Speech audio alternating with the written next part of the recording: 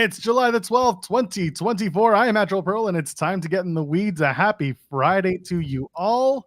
Maybe it's another day of the week and you're watching. Maybe you're really confused and you're watching this episode in 2038. I don't know, but here we are. Jeremy Lambert's with me as always. Good morning, Jeremy. How you doing? Who is watching this show in 2038? What? I don't know. If this channel is still around in 2038 and there's a comment that's been left being like, hey, it's 2038 and I just watched you guys, then we know two things. One, we have no lives. Two, the algorithm worked. And somehow 2038 was the special number that got people watching this show. That it'll go from like whatever our regular views are, it'll just jump up like 20 times that. So what's 20 by 1? 20? So 20 views for this show in 2038. It's gonna happen. Okay. All right. I don't know about all this, but guess we'll find out. We'll see in 2038 if we're still alive and people are watching this show. We're manifesting. I hear that's all the rage in 2024 and then later on in 2038 because everything old is new again. That's how it works. Are we still going to be doing this show in 2038? Buddy, if we're doing this show next month, I'll be surprised. Wow. Like Joel just... Cancel culture is only a tweet away. It's okay. I don't know. I assume you didn't listen to the new Eminem album, but if it does get canceled off that, I feel like we can get away with a lot. The only thing I've read about it so far, I haven't listened to it, is the is our pal Adam who basically said like y'all are misinterpreting and not understanding this album. So, which is probably true. It probably is true. But I trust Adam Barnard's commentary on hip hop versus literally anyone else that I see talking about hip hop. Like unless I know them to be of that brand, of that genre. It's a very good album. It's probably my favorite Eminem album. I liked Kamikaze. I think that's maybe a little underrated, but this is probably the best album since Eminem show. And he's had like good albums, certainly good songs, but like start to finish, it's a banger. It's a good album. All right. Might have to go out of my way to listen to it. You're going to get offended by it, Joel. He uses a lot of words you don't like. Does he? Like what words? Can you tell them? I can't say them. I'll get canceled. It's only been 3 minutes. Can you use them in a sentence? No, I cannot. All right. Well, at least we learned. He has a whole song dedicated to Christopher Reeves. Oh, God. Now I definitely have to listen to this thing. Oh, man. Guilty Conscience 2 is really good. I was cackling in the middle of Guilty Conscience 2. But yeah, he has a whole song just dedicated to a new dance created by Christopher Reeves. It's there's a lot of references that people are going to be mad at. Now I'm definitely going out of my way to listen to this thing. Listen, I picked up Amazon Music Unlimited recently because they gave me 3 free months and I'm cheap. So I decided to roll with it. And now once that's done, I'm probably going to go back to Spotify. So now I have an excuse to listen to this Eminem album other than the top 100 rock songs of the 90s or whatever random playlist I pull out this week. I'm going to have to give it another listen today and throughout the weekend. I'll listen to it once last night, immediately when it came out. But first listen, very good for anybody who... I feel like you're not on the fence. You either want to listen to it or you don't. Like you're either gonna listen to an Eminem album in 2024 or you're just gonna be like, this isn't for me in 2024. So I understand either way. But if you are potentially on the fence, I will say listen and actually listen. Adam Barnard, actually, let me send him this link. We're just going to talk about the Eminem album. That's fine by me. Listen, fans are going to be pissed. That's fine. Like that Dynamite, and you guys are going to talk about the Eminem album? Well, first of all, let's just get this out of the way. If you haven't already, leave a thumbs up on the video. And of course, if you haven't already, subscribe to us here at Fightful Overbooked. And if you haven't already for the third time, go ahead and donate a super chat. If you drop one, any amount, get your question statement read on the air. We read other ones too, but let's face it, it supports us. It supports our creators who work tirelessly and very hard on this particular brand. So we need you. We love you. We want you. Be wanted. Give us your money. That's how it works, right? That's how you're supposed to do it. A little bit. I sent the message to Adam. I don't know. He said, "Give me 5 minutes and I'll jump on." There you Give me go. 5 minutes, he says. He's got to put on another suit and then go into the Zoom. Yeah, he's got to dress up for this. Meanwhile, I'm wearing a Taylor Swift shirt, and Joel's wearing the same collared shirt he wears for every show. No, this is the new one. This is the Yeah, one. that one looks a little new. Yeah. This is the one that I wore to our show, our live show on the Saturday. It's because you know what it is? It's because whenever I'm wearing the gray V-neck, I hate it just on its own. Doesn't look good. The gray V-neck on its own just looks ugly. But it's in the package. I thought you said gravy neck. Yes, I was like, how? What? Neck. Yes, gravy neck is a very special kind of neck that you can wear on a t-shirt. It just drips. It's gross. It's brown. Ugh, not good. I was like, a gravy neck is a thing, right? Like old people. Is it? Isn't that turkey gravy neck? That's turkey right? neck.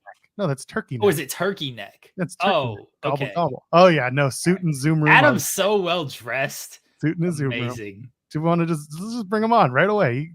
You click the thing. Well, real quickly, I'll bring him on. So, Adam, hello. What's up, guys? What's going on? How we were literally, so your timing is impeccable. I don't know if you're listening to the show. If you are, bless you. But I of course, want to talk about the Eminem album. Big Eminem fan. Stayed up late last night. And Joel had mentioned he'd not seen any reviews of it, but he saw your tweets from it. Then, literally, as we're talking about this album, you sent me the tweets, and that's why I just sent you the link of like, hey, we're literally talking about this right now. Come talk about the album. Yeah, how are you, buddy? I'm good, man. I'm good. Thank you guys for having me. Joel, good morning. Jeremy, good morning. I apologize. I missed you in the great country of Canada this past couple weeks, Joel. I don't have my passport, but I'm working on it. So that's the most American thing I hear from literally every single American creator, a friend that I have. They're like, I don't think I have my passport. Like even Jeremy, we did this whole thing on the air. He's like, I don't think this is legit. And then he pulls out his passport and the air, we found out. I knew I had it. I just didn't know if it was expired. Right. Well, most people say it's expired, and it turns out to be such. The reason why Kate didn't come to Toronto for Final Resolution because she wanted to see Zack Sabre Jr. Wow, easy for me to say. Junior. Zack Sabre Jr. Zack Sabre. Anyway, the reason why she didn't was because her passport was expired, and that was her excuse. So it's okay. Adrian Hernandez, he represented on your behalf, even though you two aren't exactly working for the same outlets. He's still buddies.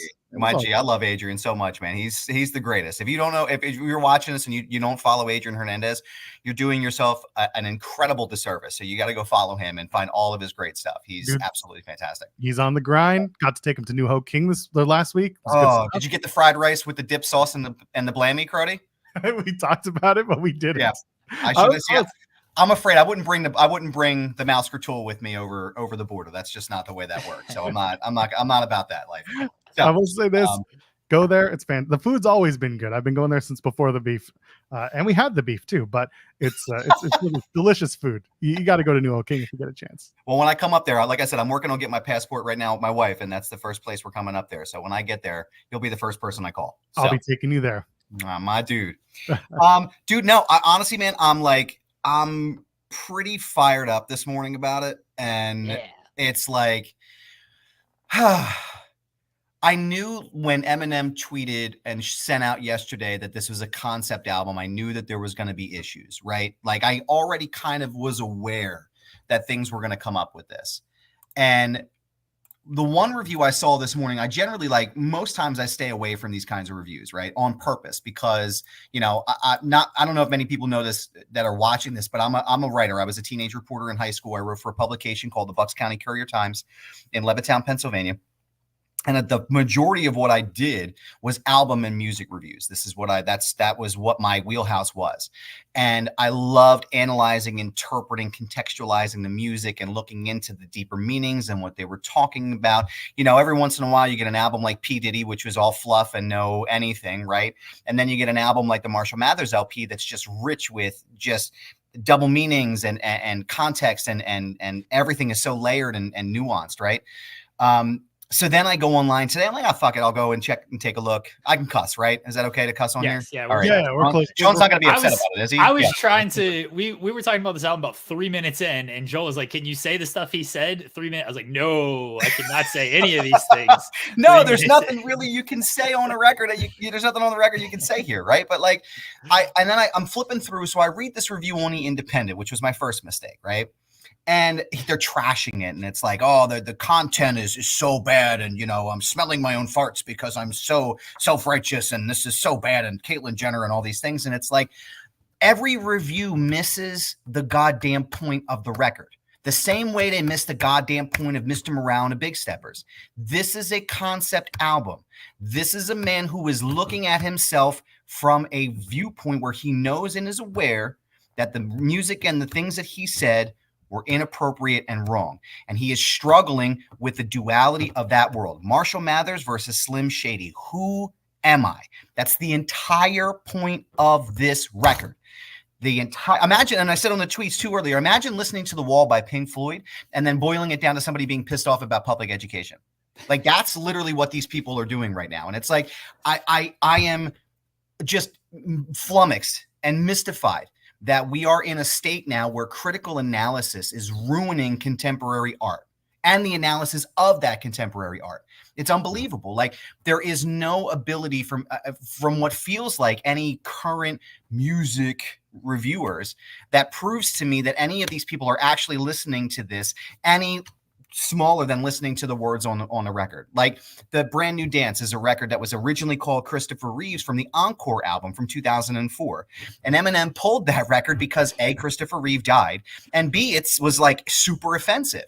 But in the context and the scope of the death of Slim Shady, it makes sense. It makes sense to fit this in here because the entire point of the record is him being over the top offensive and him in the background going, shut the fuck up. You can't say that stuff. That's insane. That's the entire point of the album.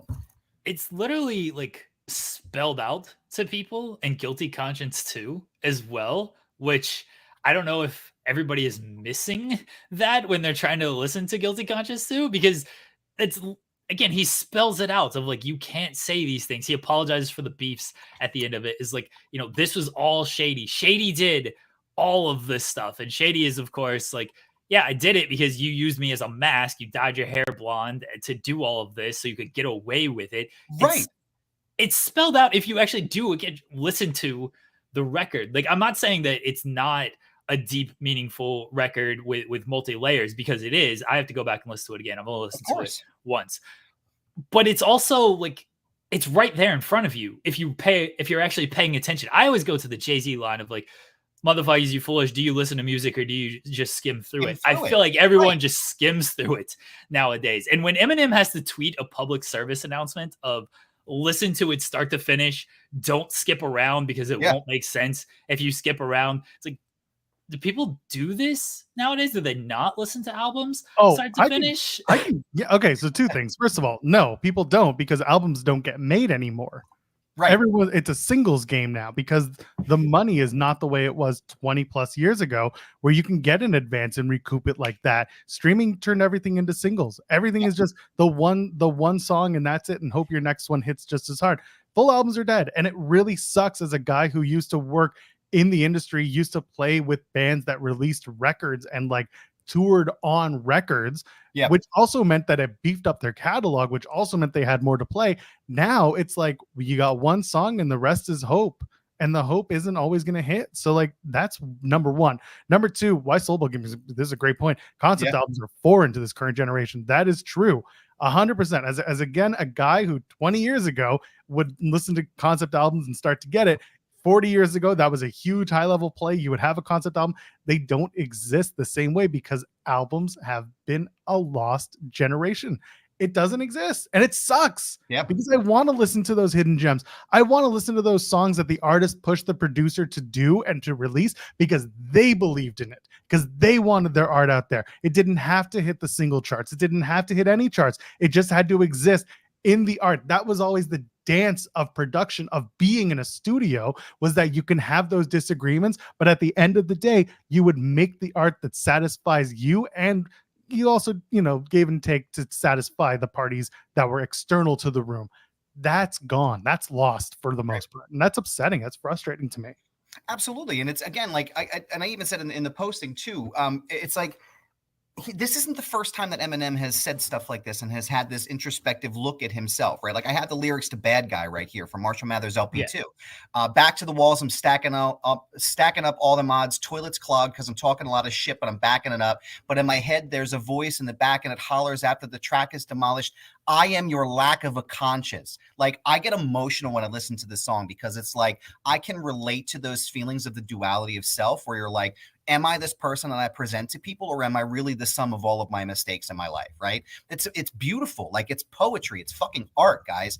And you're taking this and you're boiling it down to the fact, well, oh, he's being, he's talking about Caitlyn Jenner again. Like that's what you're boiling this down to. That you're missing the entire point. The whole time he's in the background, you can listen to him going, "Oh, Jesus Christ, not again. Here we go." You can't say stuff like that. That's not okay. That's the entire point. And Joel, to your point with this, we were talking about records and bands and stuff doing things. I used to roll with the guys from CKY, and I was around with them during the time when they recorded an album called Carver City, which was a concept album. The album is about a murder that happens at the beach, and it ties into their Hellview story. And the album was panned because people were like, "Oh, it doesn't sound like IDR. Play the Bernadette Day shit." Like you missed this beautiful contextualized concept album that they spent months and years recording and writing and producing. How many times did I listen to the Boardwalk Body freaking guitar riffs over and over again until Chad Ginsburg got it right in the studio up there on Mount Miserable? Like these are beautiful pieces of work that people are just shitting all over. And I've seen a couple comments here on the other side where it talks about, I'm trying to find the one that I pulled it, and maybe you could pull it up for me. Why Soloable says interpretation and conceptualization takes too much focus and our collective attention spans have dropped so drastically. This person is correct, is absolutely right. The idea that this, and I don't even want to say it's a generational thing, but I think it's a technology thing. We're so used to this idea where we need to have immediate, payoff on everything, right? Like we binge watch shows and we have these singles that go and do nothing. And, and even on our phones, if you watch the way social media goes, it's like a casino when you pull it down and it spins and it gives you something new. Like our brains have been rewired and we're not able to really dive deep into this material. To Jeremy, when Jeremy and I talked about this before with Kendrick Lamar and Drake and that whole beef, that's what literally this boils down to. You can see the divide between people who are TikTok rappers and people who get their rap from TikTok and the people who appreciate lyrical ability and the poetry that comes along with hip hop music. That's the divide. And that's the problem that I have with this whole thing. It's like, you should be embarrassed. Whoever the hell this writer was from the Independent, how did you get this past your editor? How did this even get published? Like, I can't even imagine how you could sit there and go, "Yep, this is the right thing to say. Yeah, this looks great." Hot Take Central, baby. That's what makes it these days. And that's very frustrating. So before Jeremy takes over, this comment from Justin, and I've been following what Justin's been saying in the chat. He says he managed bands and that that it sucks that these bands are not making albums because there's no money in it, and that's the way it is.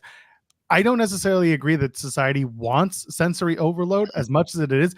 It's being pushed to them. It's being forced upon them, and we're creatures of habit. We're going to take what's given to us for the most part, and that is what we're stuck with. Yep. I talk about this with my wife a lot when it comes to like screen time with our kid. Our kid is almost 2.5, and like sometimes he's gonna watch some stuff, but when he asks for like Coco Melon, for example, everyone knows Coco Melon if they have kids or are kid adjacent. Watch a Coco Melon video from like today or whatever, and see how the camera cuts are. It's less than every 3 seconds to 3 to 6 seconds. Then watch an old Sesame Street video from like the 80s. Longer, breathable moments. And that's why our attention span and that's why kids and screens, and that's a whole other conversation, but that's why we try to, when we do screens, we do it with older content that still works and still like, and it doesn't just blast your brain with cut. That's happening in wrestling too. We were getting cut, and people were getting sick of it. God, but then they physically ill watching that. Like, how my brain can't even function right now. But you slowed it down, and look what happened. People started noticing. People started getting involved in the storytelling. People started enjoying it more. And this is going back to the music side of things. Once you slow it down, once you start introducing full albums, once you start encouraging people to start listening to the albums and sitting with them, the chair behind me, this is the chair where I sit and I watch and I take things in. There's no work done in this chair. The work is done in this chair that I'm sitting in now. When I sit in that chair behind me, that is my comfortable just listen and reflect, share, and get things watched. Yep. That's what people need. You need that cool down, wind down moment. You know when I knew that people were gonna misinterpret and misunderstand this album is I go on Twitter after I listened to the full album because I didn't want to be influenced while I was listening to the album. Same. I go on Twitter and the first shit I see is like Eminem's dissing Kendrick, and I'm just like, are you people dumb? And we're done. What are you talking about? Are you people dumb? Because he has the line. It's Kendrick doesn't have any bangers. Kendrick's last album doesn't have any bangers. Which, if you just listen to that one line, yeah, sure, he's dissing Kendrick. But I don't know if people know this. Out of context, right? Yes, there is a line before that and lines after that that gives you context to what that line actually means. And there is no actual diss on Kendrick, but people are just like, oh, Eminem's dissing Kendrick. He doesn't want this smoke with Kendrick. I'm like, he didn't. What is happening? That's not what he's here? saying. He didn't say anything about Kendrick Lamar's.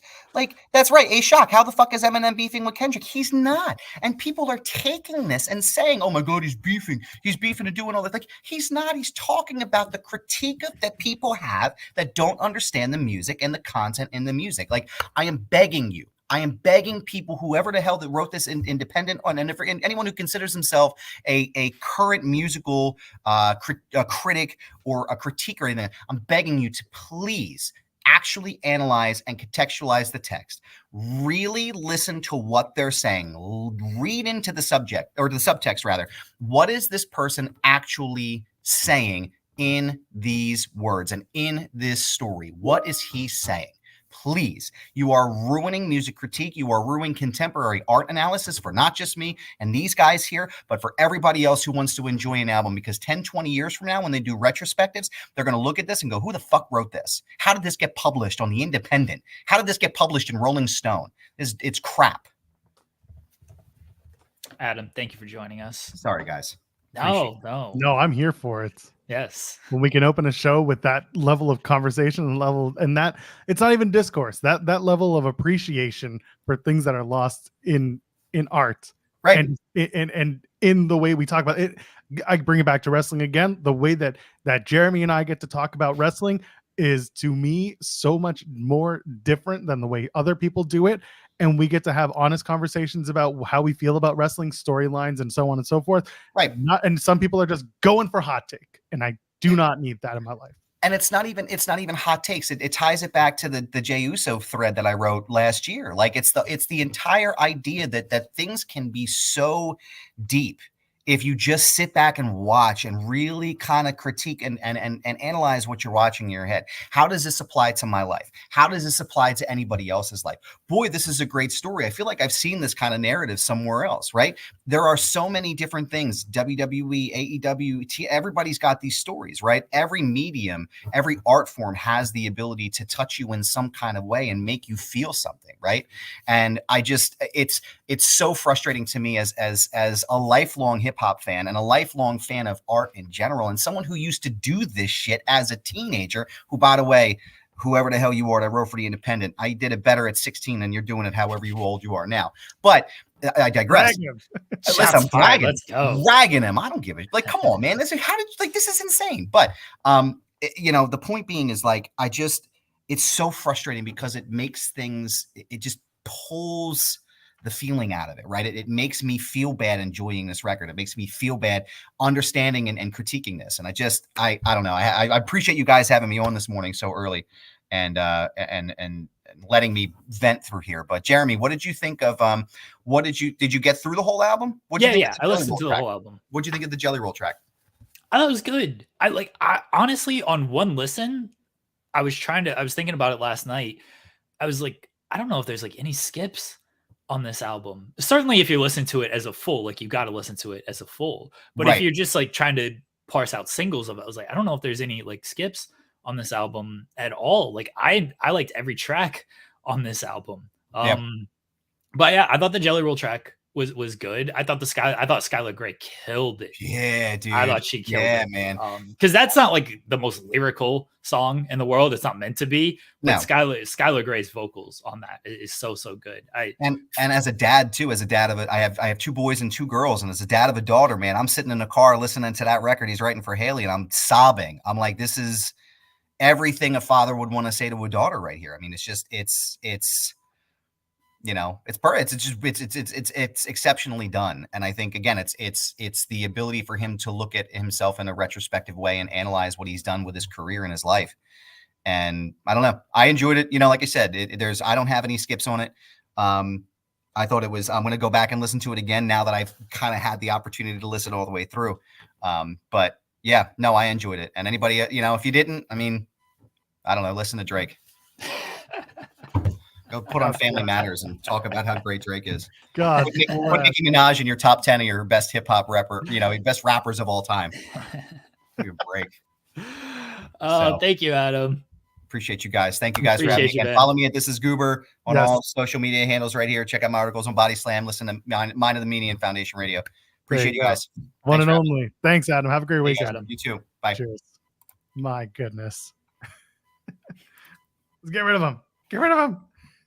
There he goes. Adam Barnard. Fantastic. I'm glad we did that. Now we got to talk about wrestling. That sucks. Well, first of all, I'll put this over. Cam Hawkins was on the show on Wednesday talking about the next up lineup that has dropped. Go check it out. Go support the dude. He came on. He previewed it with us. Got to talk about it. It's on Gumroad. So if you go to southcongress.com, southcongress.gumroad.com, or just go to Cam's Twitter page or wherever his socials, and you can go pick it up there. That's South Congress with a K, by the way. Check that out. Support the dude. He came on, talked about it. It's a really good. I don't even know what to call it. It's like it's a zine. It's art. It's writing. It's just really good. So go check it out. I don't know if you have anything to add to that. Zine is a word I haven't heard in forever. We're old, Jeremy Lambert. Yeah. Fair. So old. WWE released some dates for the end of this year, going from October into December. Note the Survivor Series was not on that list. Really, the main one was they're going back to Buffalo for a SmackDown, and 2 SmackDowns in a row. I have to assume that's a taping. No, it's not. Oh, maybe because they're flying out for Saudi that weekend. Is this? Did they list the Saudi dates? It's Brooklyn on the 25th, Buffalo on the 8th. That's October 25th in Brooklyn. November 8th is Buffalo. I messed up. That's my mistake. Okay. I saw a B and a New York, and then a B and a New York, and I read them as the same. Okay. Would have been fun though. Yeah, sure. I'm not going to Buffalo or Brooklyn for that matter. For that, you know. But yeah, not on the list is no Survivor Series announcement yet. So people are still waiting on bated breath. Could be in Arizona. Monday. Yeah, Monday they're in Arizona. It looks like it's going to be, and Friday, this is end of the month, Friday, November 22nd, they're in Salt Lake. Monday, November 25th, they're in Arizona. So you would think maybe Colorado for Survivor Series? Didn't someone just announce they're doing a Colorado pay-per-view? I don't think so. Or a big show in Colorado that wasn't AEW? I don't recall. I don't know. Someone's doing it. Anyway, point is there's stuff coming up. Go check out if you really want to go check out where it's coming to your town. Literally all the people you normally follow on Twitter have posted the dates, including Sean. He did the copy. They all got the Legentil email. We all got the email. Just what it is what it is. Yeah, so that's coming up. That's right. It's the Denver PLE. That's what I'm thinking of. NXT has allegedly a PLE planned for Colorado. Okay, well, maybe a month later, Survivor Series is going to be in Colorado. I don't know, man. Remember a couple of weeks ago we were talking about the TNA NXT crossover, and I was kind of alluding to the idea that both brands by November are kind of on their downswing in terms of stories. They're just kind of getting through it for the end of the year. I think that's the perfect time to do any sort of Worlds Collide cross promotional content, and it's starting. You know, I'm bringing this up now only because when this all started, I sat here and I said I'm not giving this any credence until I see more. And we're starting to see more. So maybe through the fall and the end of the summer, there'll be more pushes, and who knows? We could see something like a Worlds Collide around that time, the day after a Survivor Series show. Worlds Collide be hilarious as the people just walk in the door and the security who doesn't watch wrestling go, "What brand do you work for?" "Oh, I'm with TNA." "Oh, you're losing tonight." Thanks for coming. Here's your money. Bye-bye. Unless it's like Josh Alexander, like, no, you're winning. Yeah. Oh, you're winning. But they're getting like the squash matches. They're getting like, it's gonna be like Josh Alexander versus like Javier Bernal. He's back. He's back. He's back. Everything's great. Oh, good. He's healed. Squashes Javier. Squashes big body Javi in like 3 minutes.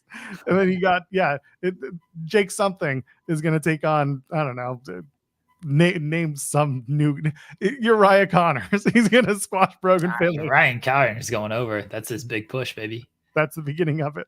Someone says an Iron Survivor match with TNA talent would rule. I wouldn't be against something like that, but I don't see a world where this is more interconnected than it is right now. In other words, where titles start getting involved. I think Joe Hendry going for the NXT championship, that's a possibility.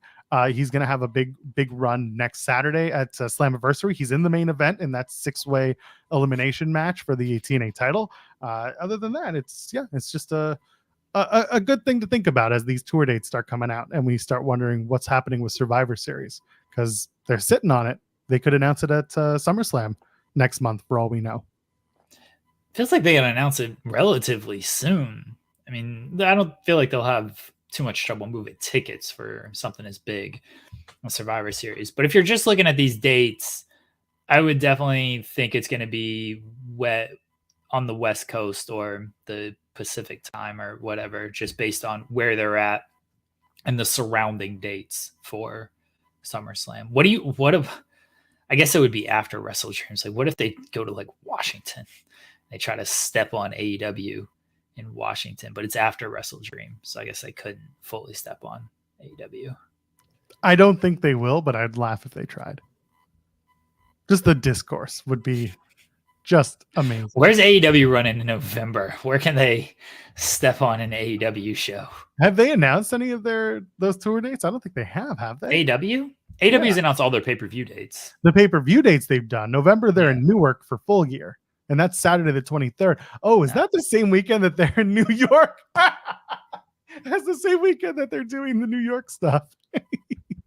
WWE? No, it's not. Was it not? That's October into November. Yes. Oh, why do I have to ruin my fun? I hate it.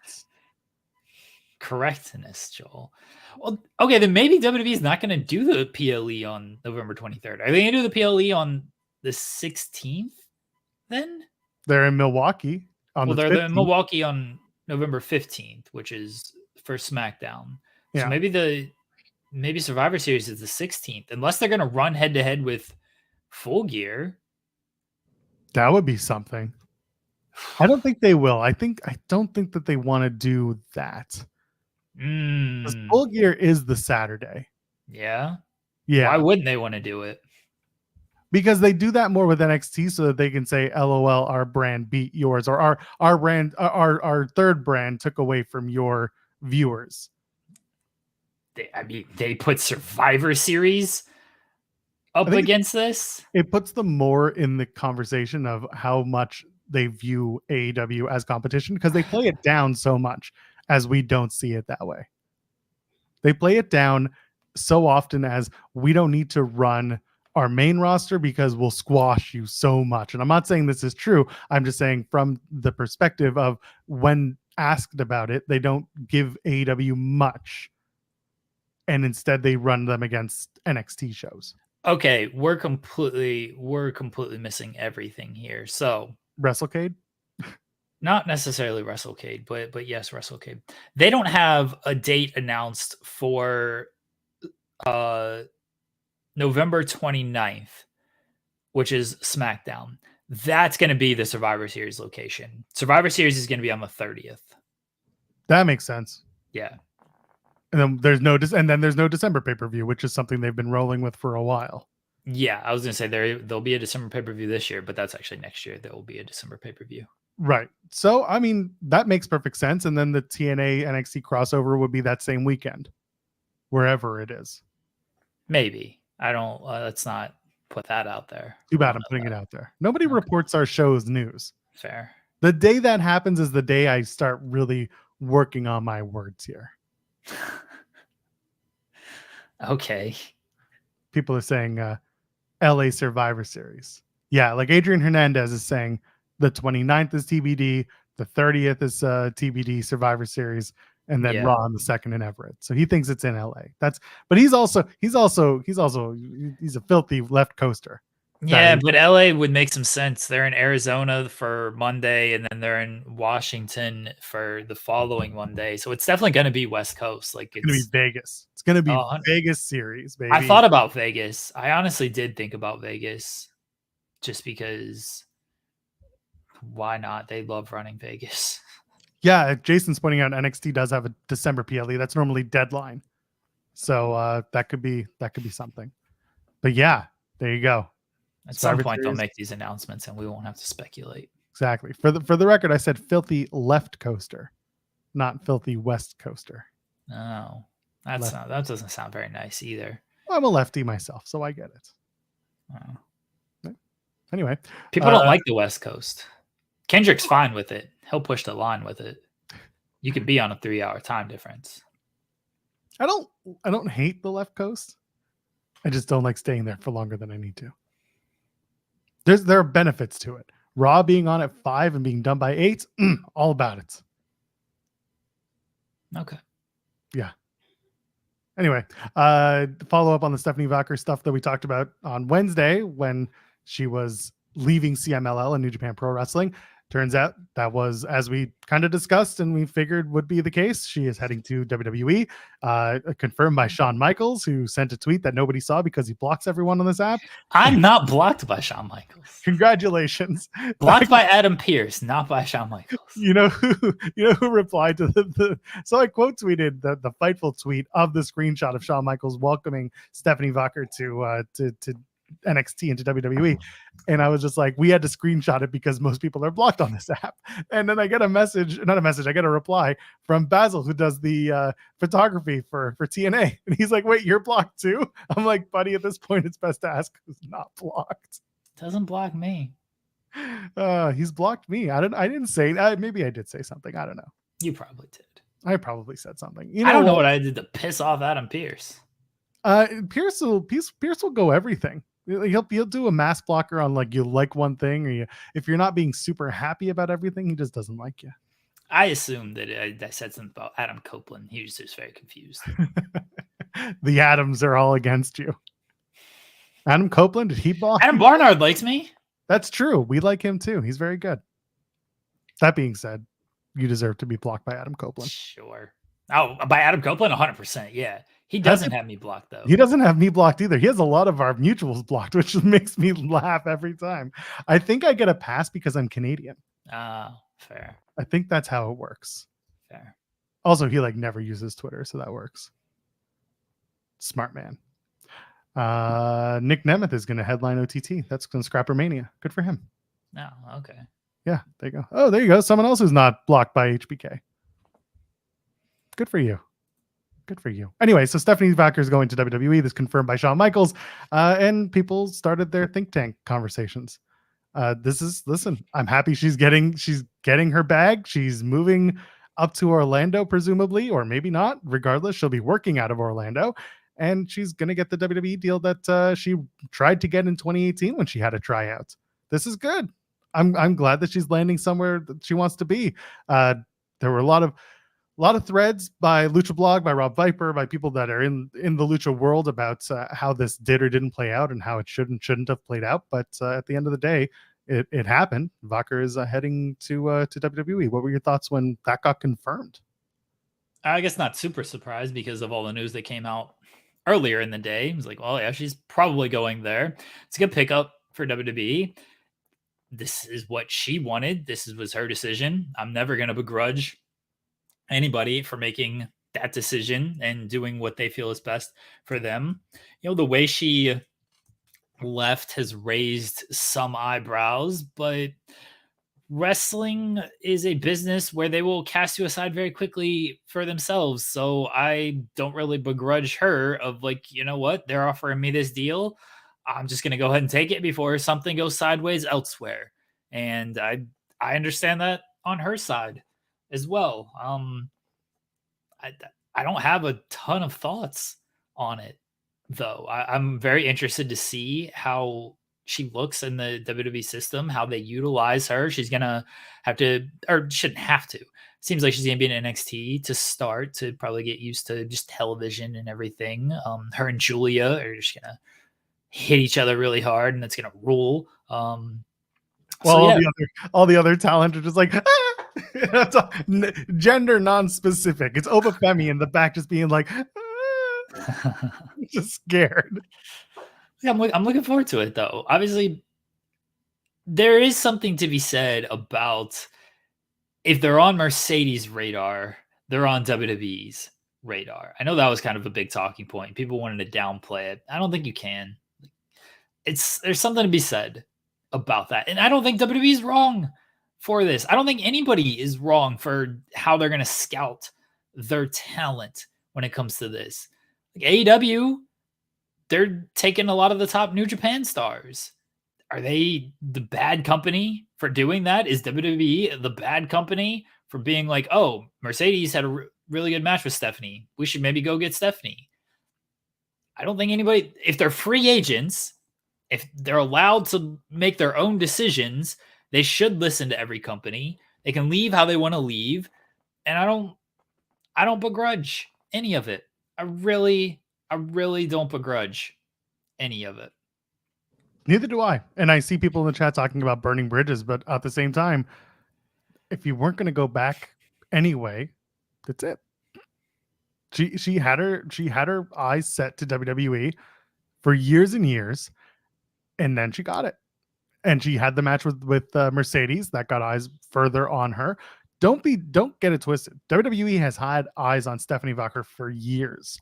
Again, they brought her in for a tryout in 2018, and they decided at the time this wasn't the right time for you. That doesn't mean no. In WWE speak, not the time means pick it up and keep working. And she worked, and she got over, and she had a huge moment in at Forbidden Door.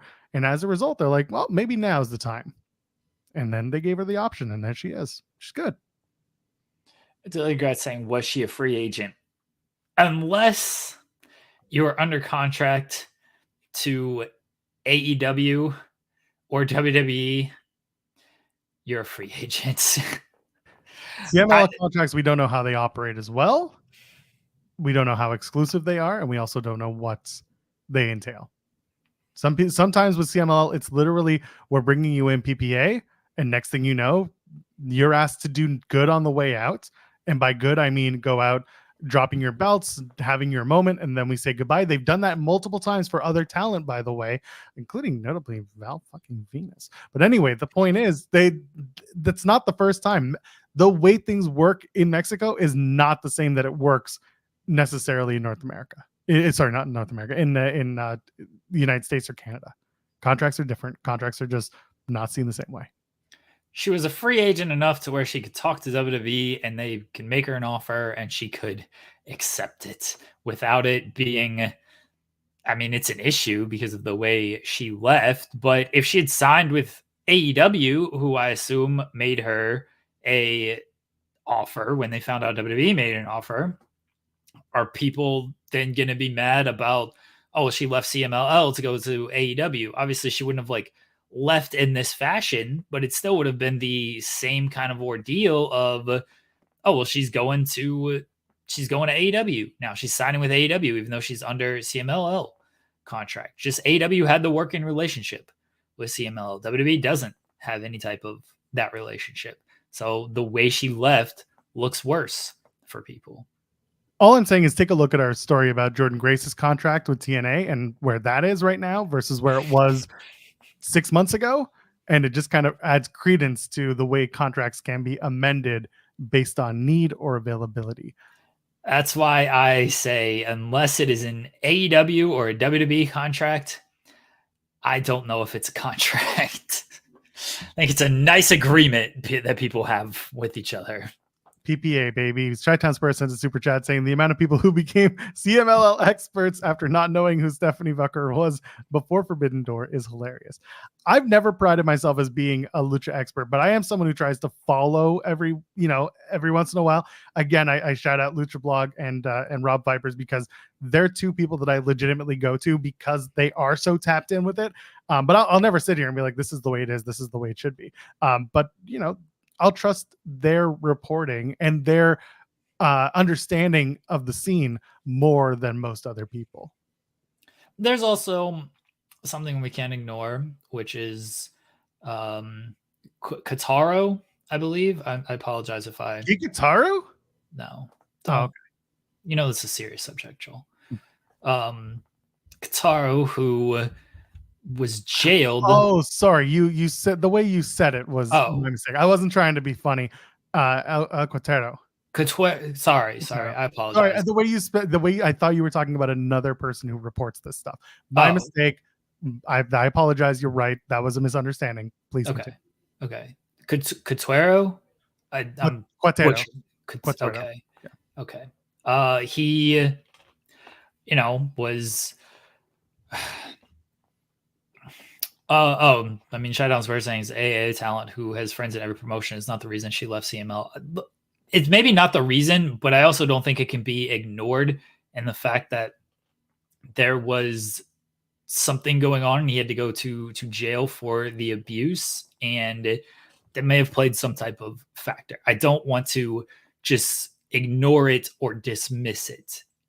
We don't know the reason unless she says the reason, and she might not even say that reason, but it is a part of the story. Yes, it is. I'm letting it sit for a second. It is part of the story. I also wanted to take a drink, but the point is that is part of the story. He's been in jail for the last few years.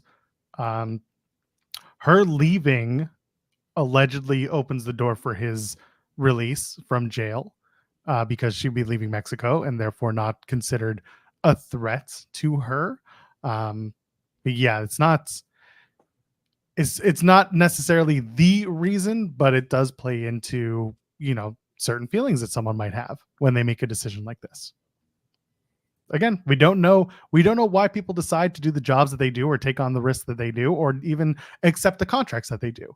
But in this case, Stephanie Vaquer has said on the record that she watched WWE from a young age. Obviously, AEW wasn't around 5 years ago, but for her, the goal was always to go to WWE. That's what she watched as a child. She wanted to do that. Great. Good for her. I'm glad that she's going to do that. I'm glad that she's going to get an opportunity. And some of the matches that she is about to potentially have are very exciting. You mentioned Julia. That's one of them for sure. We've seen that match, but now we can see it in a different world, in a different WWE atmosphere. Lyra Valkyria is another one. Obviously, Roxanne Perez, someone who's big in NXT right now. There are a lot of names that not just Julia, but Stephanie Vaquer can have really fun matches with. And that's cool. I'm all about it. I'm looking forward to it. Can't wait for her and Sol Ruka. Sorry, that's a Stephen Larson thing that I will never let go of. Wilchison sent a couple super chats. First one saying, "I'm joking, but does Mercedes know? Does Mercedes know she's a WWE sleeper agent?" I was about to make that joke earlier. Thank you for doing it for me. First Julia and now Stephanie Vaquer. And like Jeremy said, you have to be completely missing the point if you don't think that people aren't watching what Mercedes is doing, because she does have a good rapport and a good a good reputation as a good worker and someone who can bring the best out of people and not just wrestling a broomstick, right? She's not doing it in a way where she gets over and she gets the other person over by the things she does. It is the connective tissue in the match. It is the connective tissue that brings each other up. And that's something that I think Mercedes sometimes does very well when she's tapped in. And with Vaquer, that's something she had. Yeah, Mercedes hasn't actually wrestled Julia. They never got to wrestle, but they talked about it a lot because Julia was the New Japan Strong Women's Champion. And so when, of course, Mercedes didn't win the title, but it was earmarked for her. And so they talked about doing the match, and then Julia ended up signing with WWE. Yeah, delay aggressively. WWE scouting everyone, everywhere, all the time. It's 100% true. But they also got eyes on more people than others. But they do, like, that's why they're doing these relationships with TNA. That's why they're sending people to GCW. They are looking at everybody. Yeah. And on top of that, that's why they started a new ID program, the independent development program. That's not necessarily about they have an NIL program for one side of people that's scouting, and they have an independent program for, you guessed it, the independent wrestlers that are out there. They're covering their bases, and that is what it is. It's fine. The other super chat from Will was, do y'all think that this heat Stephanie has with some fans is because they thought she was joining AEW and not WWE? Just asking. I think it's a fair question to ask. I think for some people, yeah, they're upset that they thought, and this is again leaving expectations, you shouldn't have them too high. They expected her to end up in AEW, given that her last big match on a national stage was at AEW's Forbidden Door, which is in cross promotion with CMLL and with New Japan Pro Wrestling.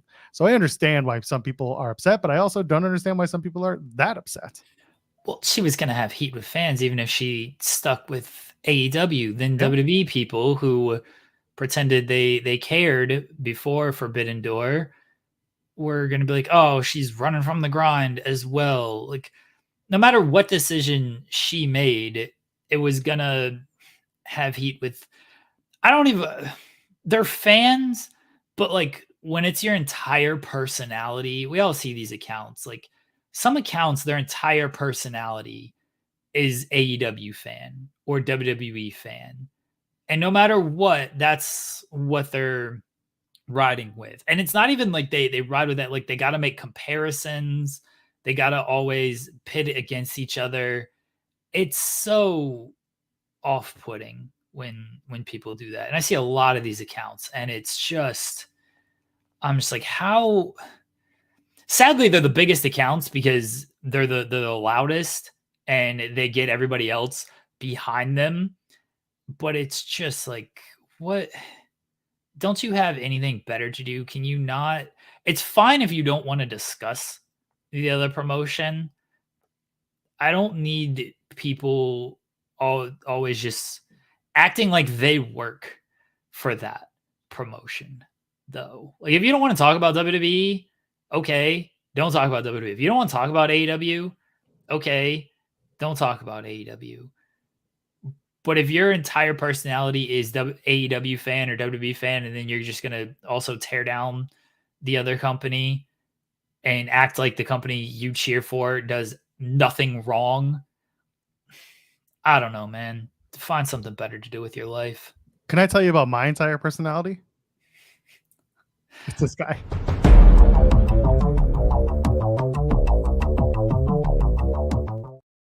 The beach is hot. The block is here. Oh. Andrew Zarian, give us a cheer. Life's a beach. Andrew Zarian, nice eyebrows. My wife is...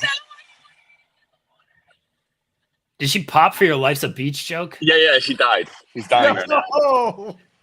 This man's on vacation with his shirt off.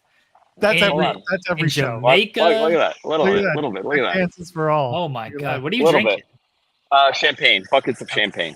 Oh, look at this guy. Buckets of champagne. Listen, I haven't done a show in weeks. Did you miss to do something? Nice. I did. I've been listening to you guys this whole morning. That's unfortunate. I'm so sorry. Yeah. Yeah, let me show you my view while you guys. Does this work? Can I put cameras on? No, just turn your phone around. Just turn your phone around. Yeah, there we go. Oh, God. That shit looks fake. Yeah, it ain't real. Look at that green. So nice, it looks fake. Trying not to get. That's what I say. Yeah. She's pretty much in a thong, so I didn't want to get you guys thrown off. Well, he's not going to get us thrown off, but it might just get other problems for you. Other problems would happen. No, I have to say hello to you guys.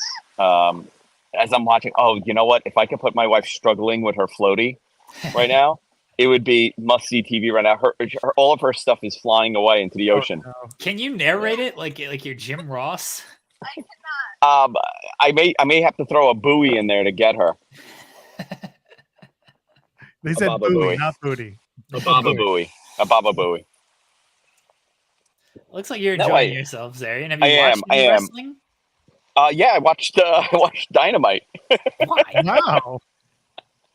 I watched Dynamite because I really wanted to see what that main event, pay-per-view main event was. And then I got two of them.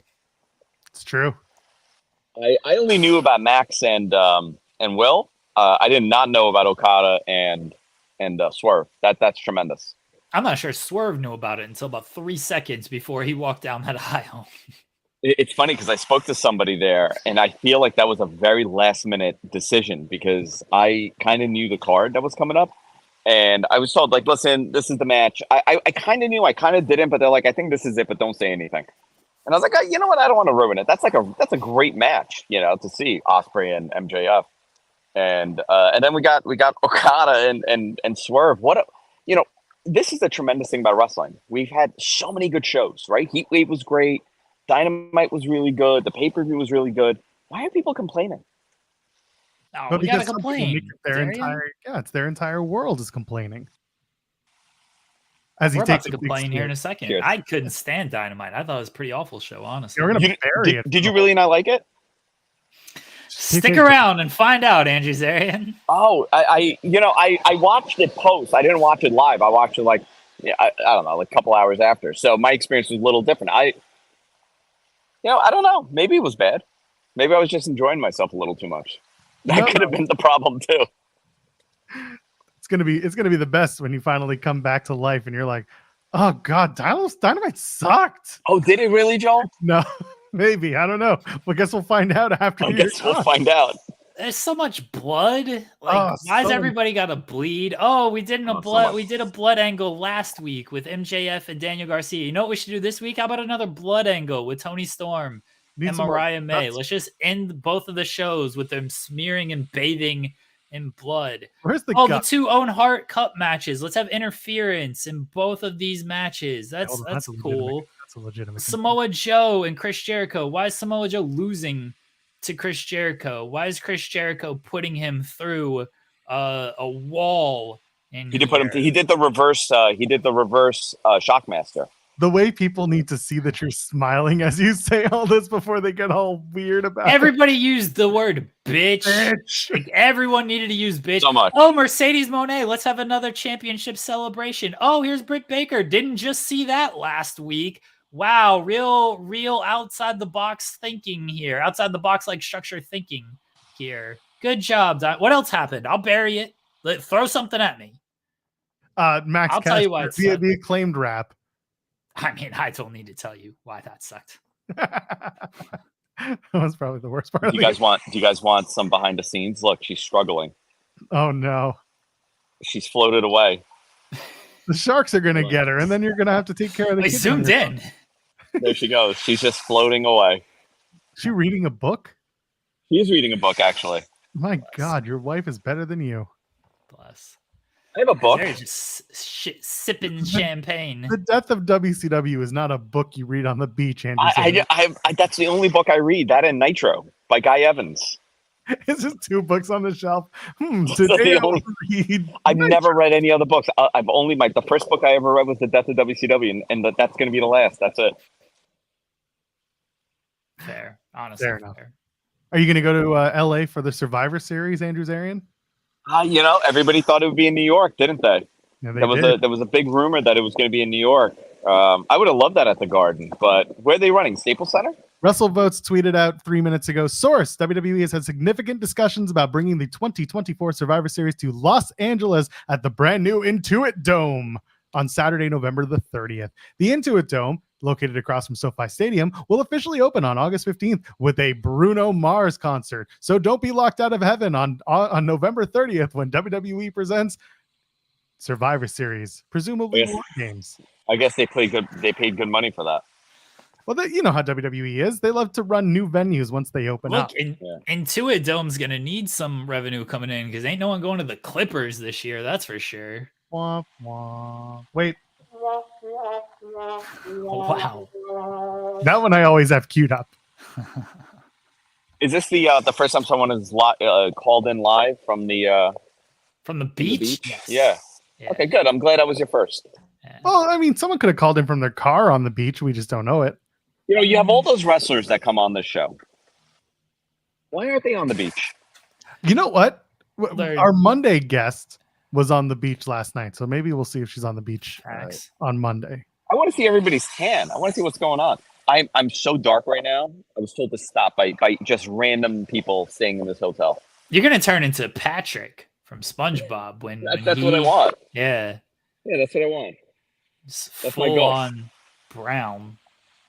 But I thought, you know, a lot of people thought that show was going to be in New York, which would have made sense. I think the Garden would have been a good Survivor Series location. But, I mean, you got a new venue, and they're probably going to make some money from that. So, might as well. Lucky son. How much longer you got on that beach? For today? When are you coming home? Oh, I'm not back till Monday night. God Plus. dang it. Yeah, I'm not back till Monday night. I needed to escape reality for a little bit. Fair. Smart man. Take me with you next time. Tuesday, I'll be back with Beyond the Bell. Oh, all right. Is Rich going to be with you? Rich will be with me. We'll be back live in studio on Tuesday. Matt Men returns on Friday, and then I'm back with Observer.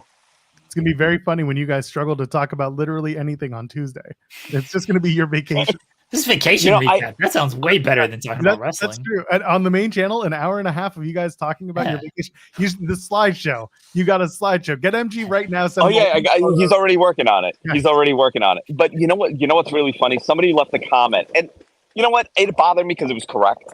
And he's like, "This is just like another episode of Matt Men." Like, because I thought Beyond the Bell was going to be something. So what we've done, we've brought all of Matt Men to Beyond the Bell, and Matt Men has now just become morning drive time. So you still get enough wrestling on Beyond the Bell. Matt Men is like barely any wrestling at this point. That's this show. What can I say? Oh, my wife is gone. Oh no. They're shark sending the saver. Coast Guard. Yeah, the Coast Guard's coming for her. All right. Darren, it's Shark Week. You know this, right? Like you It's gotta. Shark Week. last Yeah. week was Shark Week. I have to go rescue her. I'll see you guys later. God Bye, bless. Zarian. Be Love you safe. guys. Oh, Ah. man. Andrew Zarian. All right. This has turned into one of the best shows we've ever done. It's shirtless Andrew Zarian flexing tits out here. I'm surprised he doesn't have a pierced nipple. Thought he did. Thought he did. Really? Yeah, I don't know. Thought he got that Braun Strowman thing going. Does Braun Strowman have pierced nipples? Oh, you bet he does. Oh. He does. I don't pay attention to people's nipples like that, Joel. Yeah, no, he does. He does. And it's funny because for years it was always like, someone's going to rip that thing out in the middle of a match. You're going to be in so much pain. So he started taking them out. And we were like, does he have the barbells or does he have the rings? He's got the barbells and he takes out the bar. I'm not finished with you, but I'll be finished with you for the next 20 minutes. I put them down. I'm going to go wrestle Roman Reigns. Hold on. Pull up my bootstraps, take off my nipple rings. What is this Braun Strowman impression? I don't even know. I don't think that's what it was. Anyway, it's not Shark Week. Shark Week was last week. Was it? I thought Shark Week was this week. No, that's why they did Dynamite Beach Break with Shark Week. I feel like you're wrong. Look it up. I am. Look up Discovery Shark Week. Unless Shark Week is a month. Discovery Shark Week Hold on. 2024. Starting July 7th. 7th through the 13th. Yeah, it's over. Oh, no, it's not. Tomorrow is the last day. So Shark Week is 2 weeks. That doesn't make any sense. The 7th to the 13th is then why did we do this? It's this week, I told you. But then why do they do it now instead of this is stupid. I hate it. AEW's ahead of the game, Joel. That's why. I hate it here. Stupid. FightfulSelect.com It's news this- on CJ Perry and AEW's departure. Yeah, CJ Perry said her time is not now. Her time is done. And Her time is up. Sean just tweeted that she was part of the kind of releases in April. So there you go. There we go. I hope she's okay. There was that whole spread of her being in and out of the hospital with the finger infection when she Yeah. was in Mexico. That was scary times for her. Yeah. And she hasn't been on TV since December. And obviously Andrade left and her and Miro split. Miro hasn't been on television since that match either. Now, guess she's gone. And that was always a weird fit because Miro was kind of doing well on his own. And I don't know if she was necessary to be there. But I understand. Hey, get your wife a job. Bless them. And then unfortunately they split, and so I didn't know what she was gonna do after that. Anyway, I don't know what Miro's gonna do after that. He hadn't been on TV for 7 months now. I So was gonna say, I don't think he's too worried about what he's gonna do with his wife there or not. He's got enough not going on right now. I imagine she's just kind of. I mean, maybe now that maybe she gets back to WWE, but I imagine she's just kind of done. Like she was doing all the like reality television, trying to do all that stuff after she left WWE. So I imagine she's probably just done with wrestling. I listen, she's hanging out with Liv Morgan, going to stuff. So there you go. They're besties. They were living together for a short time. Might Really? still be for all I know. Yeah, they were doing a lot of stuff together. They were going on trips together. It was a whole they're friends. I don't follow any of that personal life stuff. It's just social stuff. You see people's stories on Instagram and stuff. It's not like someone DMs me and like, did you I know? It's like, okay. I just happened to see it and I'm just like, oh, okay. They've been staying together for a while. It's nice. Okay. Yeah, No, I don't think you are stalking or anything. Well, I imagine listen, I will tell you on when I'm stalking Jeremy Lambert, okay? I will tell you when I'm stalking these people. I imagine it just pops up on feeds, but like I always say, like if it's not news, and if CJ Perry is living with Liv Morgan, that's not an article I'm gonna write. Although it'll probably do a lot of clicks. I'm not paying attention to it. Yeah, there you go. Easy as that. Yeah, someone in the chat mentioning JoJo Offerman also, hanging out with them, and they go places and they have fun, and people were getting weird about that. Weird. I know, right? Oh, they were all just like, you should be upset because your husband's dead. I'm like, well, it's been. We talk about grief way too often on this show, and we all don't need to rehash the conversation. But JoJo's allowed to have fun with her friends too. It's not just in and out. What are we at? Where are we at? What are we talking about? We talked about Stephanie Vaquer and the WWE stuff. Andrew Zarian came by. I guess we should probably talk about Dynamite. I already did. I said I hated it. The worst episode of Dynamite ever. Everyone should be upset about Dynamite. No, Dynamite was really good. There was some stuff that obviously wasn't the best. That's any television program. We people pick it apart, but we're not a post show. There's stuff that was there was stuff that was really strong. Obviously, that final few minutes of Mariah May and Toni Storm, that absolutely stole the show. And we're going to talk about that and just women's stories in AEW in total, because the last really 45 minutes was dedicated to the top women's stories in AEW. And I'm a fan of that. Then, like Jane is saying, Dynamite was fun. Too many bitches, though. Are you trying to say then they called? I knew what Jane is. We know what you meant, but we just wanted the excuse to call you out. Anyway, the people saying it. I agree with that. You do need a better word than bitch to make your point. Just have stronger promos and stronger points. That's all you need to do. But the last few minutes, when they said they were doing another, Mercedes comes out and does a toast thing, I was like, okay, what's the story with her and Britt? It's about one-upsmanship. Everyone's stepping on each other's moments.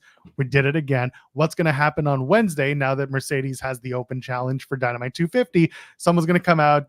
She's going to beat up Mercedes is going to beat up that person. And then as she's celebrating, Britt's going to come out and step on the moment, that cut a promo, so on and so forth.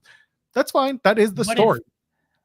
What if Britt answers the open challenge? I know, real quickly. I'm not stopping you. Go ahead. I know that Mercedes says the challenge is to anyone except Britt Baker, right?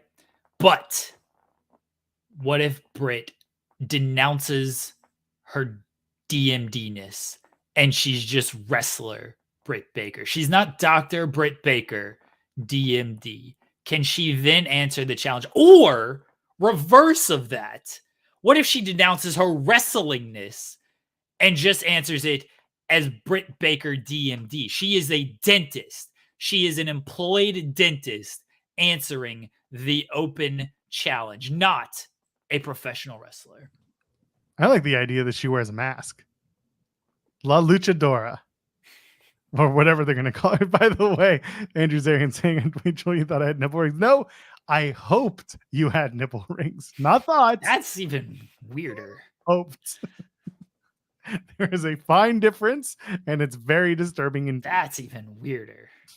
she comes out as Britt Hell Yankum, yeah. her evil cousin.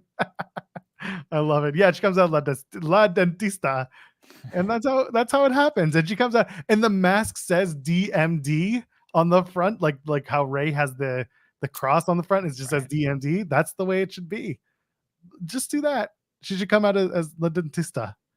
And she's, I'm going to pull your teeth. I don't know why she does it like that. So instead, she comes down. She gets the win. She wins the TBS championship. The title's on the line, right? The open challenge. I don't know. I don't know if No? that was. I assume it is. I'm gonna take a real quick look, but I would love to see what we're pitching. It's not going to be that. It's probably going to be, Mercedes beats somebody up, and then afterwards, out comes DMD, and she does a thing. There you go. Hooray. Yeah, that's probably what'll happen. This segment was fine. It was just sort of a repeat of last week, but they got 2 months before they're doing this match, so they gotta figure out something in 2 months to. I think they will continue to elevate it. So it's not that they need to figure out something. It's that when you have that much time, you're probably going to get some just repeated stuff. It's early in the feud, and we're just gonna see Mercedes deny Britt until I assume Britt's gonna have to win a bunch of matches, and then she'll eventually get the shot against Mercedes for All In. That was fine. Yeah. Mercedes tweeted out to celebrate Dynamite 250 next week in Little Rock. I am going to have an open challenge for my TBS title. So it is a TBS title open challenge match. And it's open to any woman on the AEW roster except Britt Baker. Who's Britt friends with? Who's on the roster? It should be Deanna, but then you're doing the heel versus heel. I would have loved it, but the alignments don't match up. Janae's popping me with the Simpsons reference. They should replace DMD with Die Mercedes Die, which is German for the Mercedes. Anyone who speaks German can't be an awful person. And then really, I'm okay with this being the way that it was presented because it was just a setup to get to next week. Next week is going to be the bigger moment because the big moment on Wednesday was the Mariah May, basically the end of the match. The match with Willow Nightingale was good. It was strong. It was a solid match. We kind of made reference to it. The interference that happened in both matches in both finals, not my favorite because this is such a big tournament, and for both matches to have some sort of weird messy finishes was a little frustrating. But end of the day, we felt really strongly that Mariah May was going to win the tournament as a whole. She does. Found a way to get Willow over without, with taking the loss without getting her completely looking bad out of it. And it inspired the Willow and Chris next matchup, which should be some sort of no disqualification or in a cage or whatever. They'll do something with it. So the end of the match was Mariah May is skipping, jumping up the stage with Toni Storm. And then wham, the bludgeoning happens. And this was a very strong moment because, Jeremy, it was unexpected and incredibly violent. You watched it, you saw it. I know you guys talked about it a little bit on the spotlight yesterday, but what were your initial thoughts when you saw it? One, Luther's got to start wearing a cup. They keep kicking this man in the balls. He doesn't have to have any kids in his life. It's fine. He just bam. I was very surprised that they did this last night because it did seem like they were going to maybe slow burn it a little bit. So they went full bore with it. Not last night, Wednesday night. They went full bore with it, though. Not only just the turn, but the way she turned and the way she just jabbed at her with the shoe and bloodied her up and bathed in the blood. I don't know if you saw the aftermath where Mariah just shoved the camera away and Toni is still just like leaking, trying to go down the steps, and she's falling over and everything. The aftermath, they released that on socials. That was really good clip to do. I thought they could have milked the teases and the, we're still mentor protege, but we know we got to face each other before the actual turn happened. Because again, there's 2 months before this match.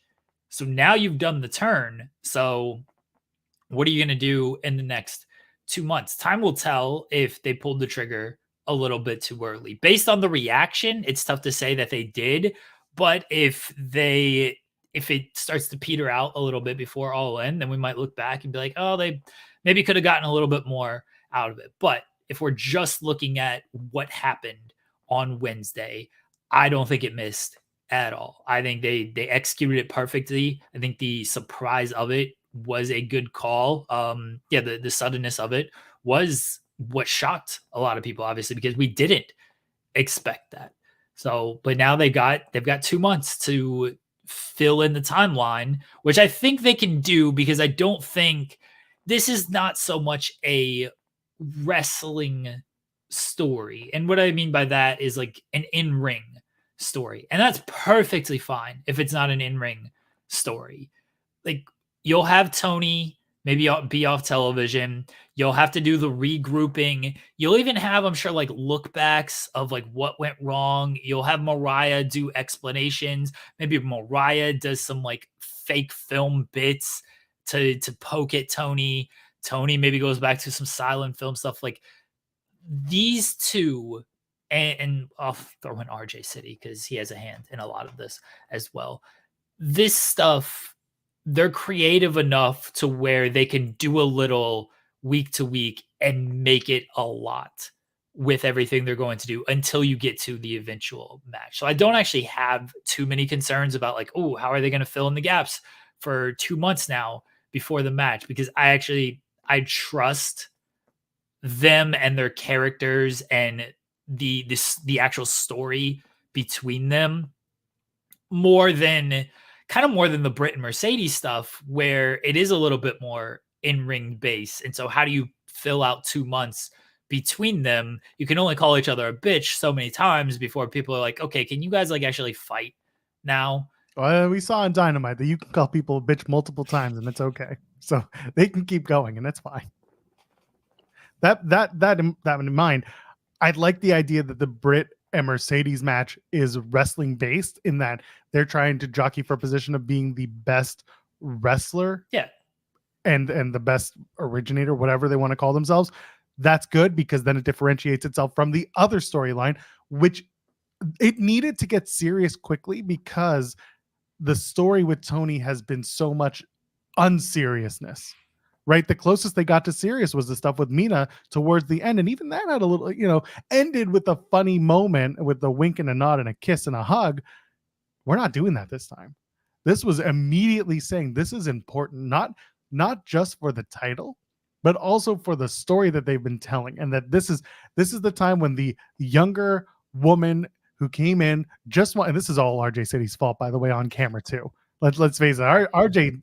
RJ started this. This is why he doesn't have a graphic. This is the reason why he caused this bludgeoning.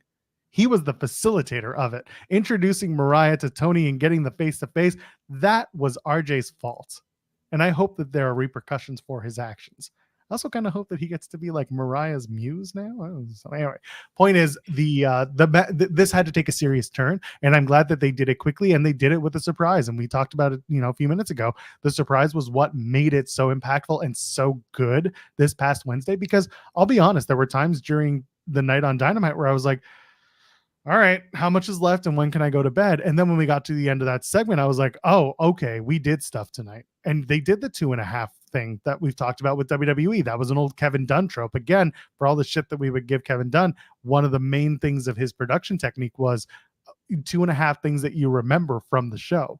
And tonight, or not tonight, but Wednesday night from Dynamite, this was top number 1, 100%. And then you can go with number 2 being Danielson and Swerve getting their match at All In set, the finals of the Owen there. And then the half, probably Okada and Hangman's interaction, or just the Hangman story itself, having him join Team Elite, stuff like that was a big part of the night. They did a good job of giving you those 3 bullet points that you walk out of Dynamite and you're just like, I didn't just forget everything. Because for a while, that was something we were critiquing on Dynamite, was that we just forgot stuff. Did you forget that Will Ospreay did a big promo to set up the MJF match? Did you forget Samoa Joe got taken out on a stretcher? I didn't say it was perfect, Jeremy. They did a lot of things. The stretcher job we don't need to talk about why the wall. It was just that's the wall, brother. wall. I was so close to doing it. I just didn't want to do it.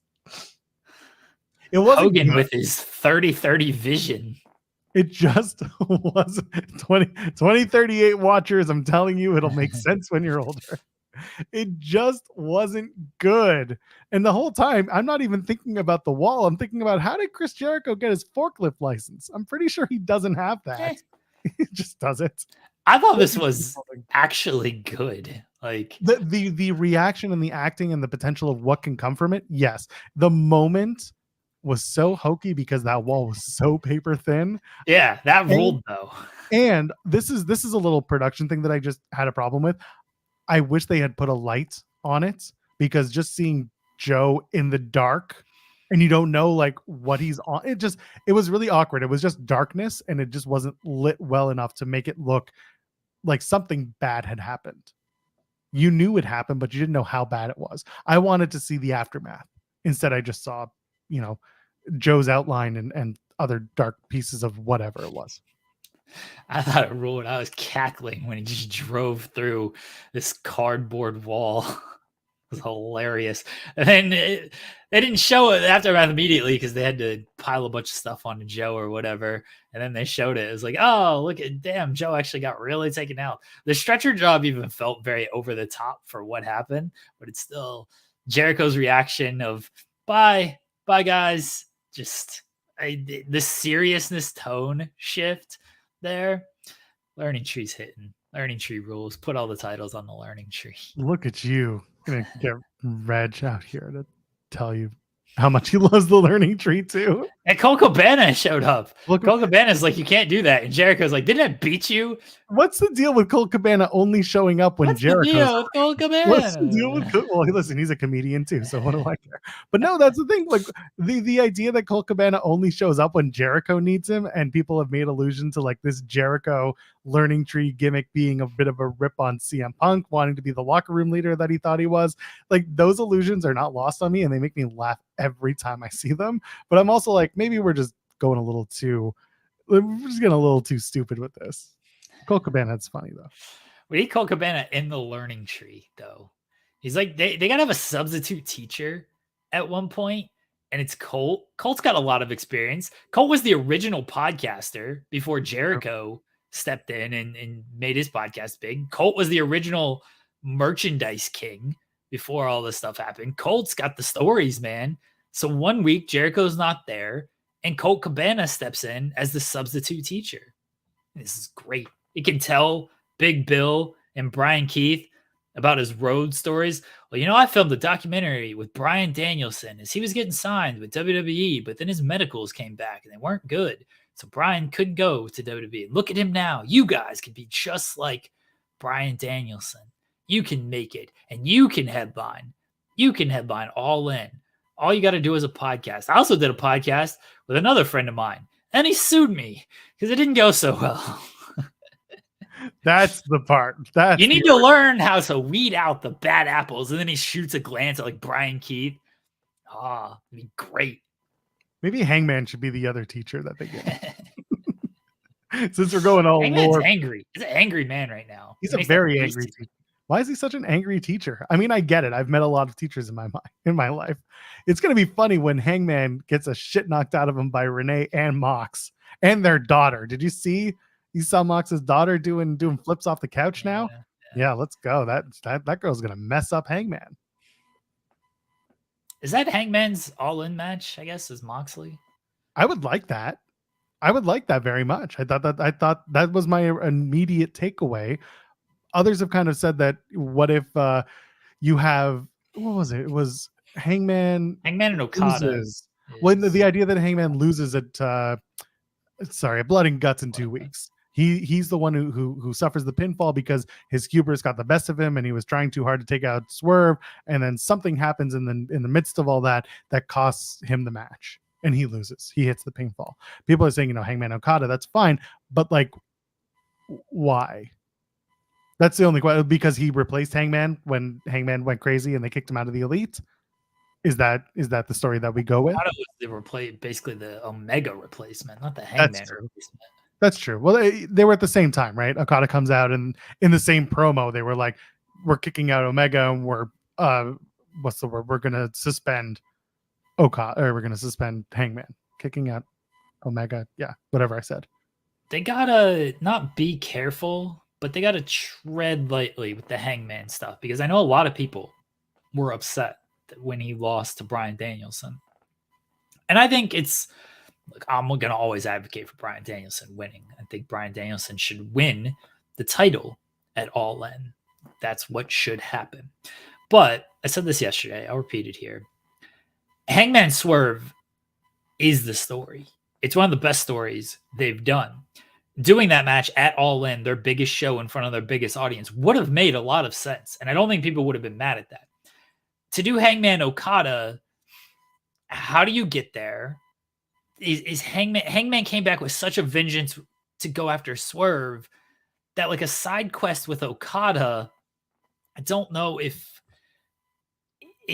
like it hits the same way, because everyone wants Omega and Okada. Hangman and Okada just feels lesser than, and that's no fault of Hangman's, but Hangman has a very focused goal and story, and it's Swerve, and for him to not get that at the biggest stage, anything else feels a little bit less than.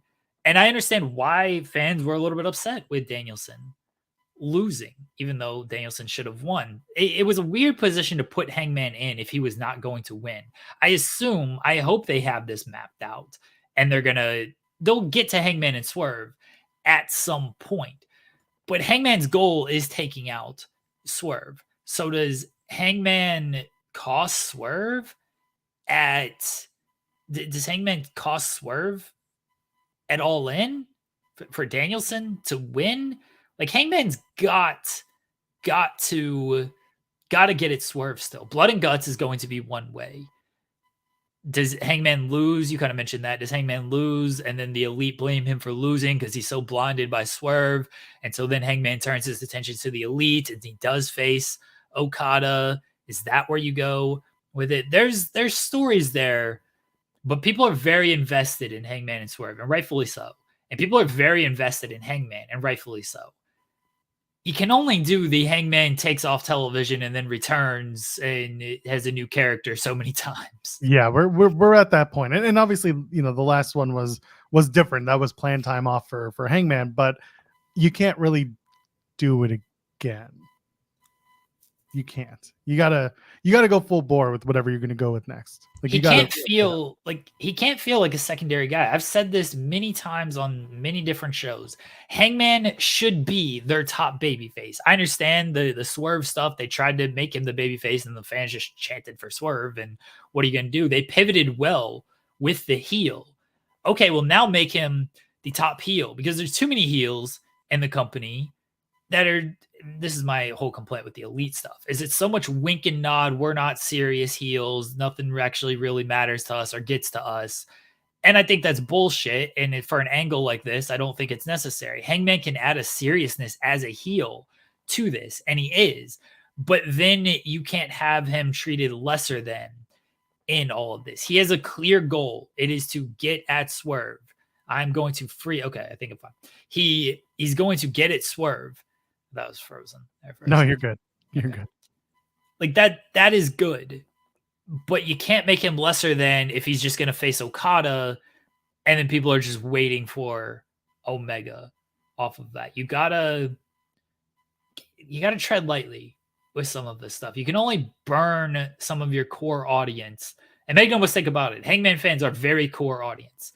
You only burn these people so many times before they're just like, all right, what, like, I still enjoy the product. I'm not saying they're turning off the product, but you can't continue to burn them with when they want Hangman to be at a certain position and they just treat him lesser than, or they don't put him in that position.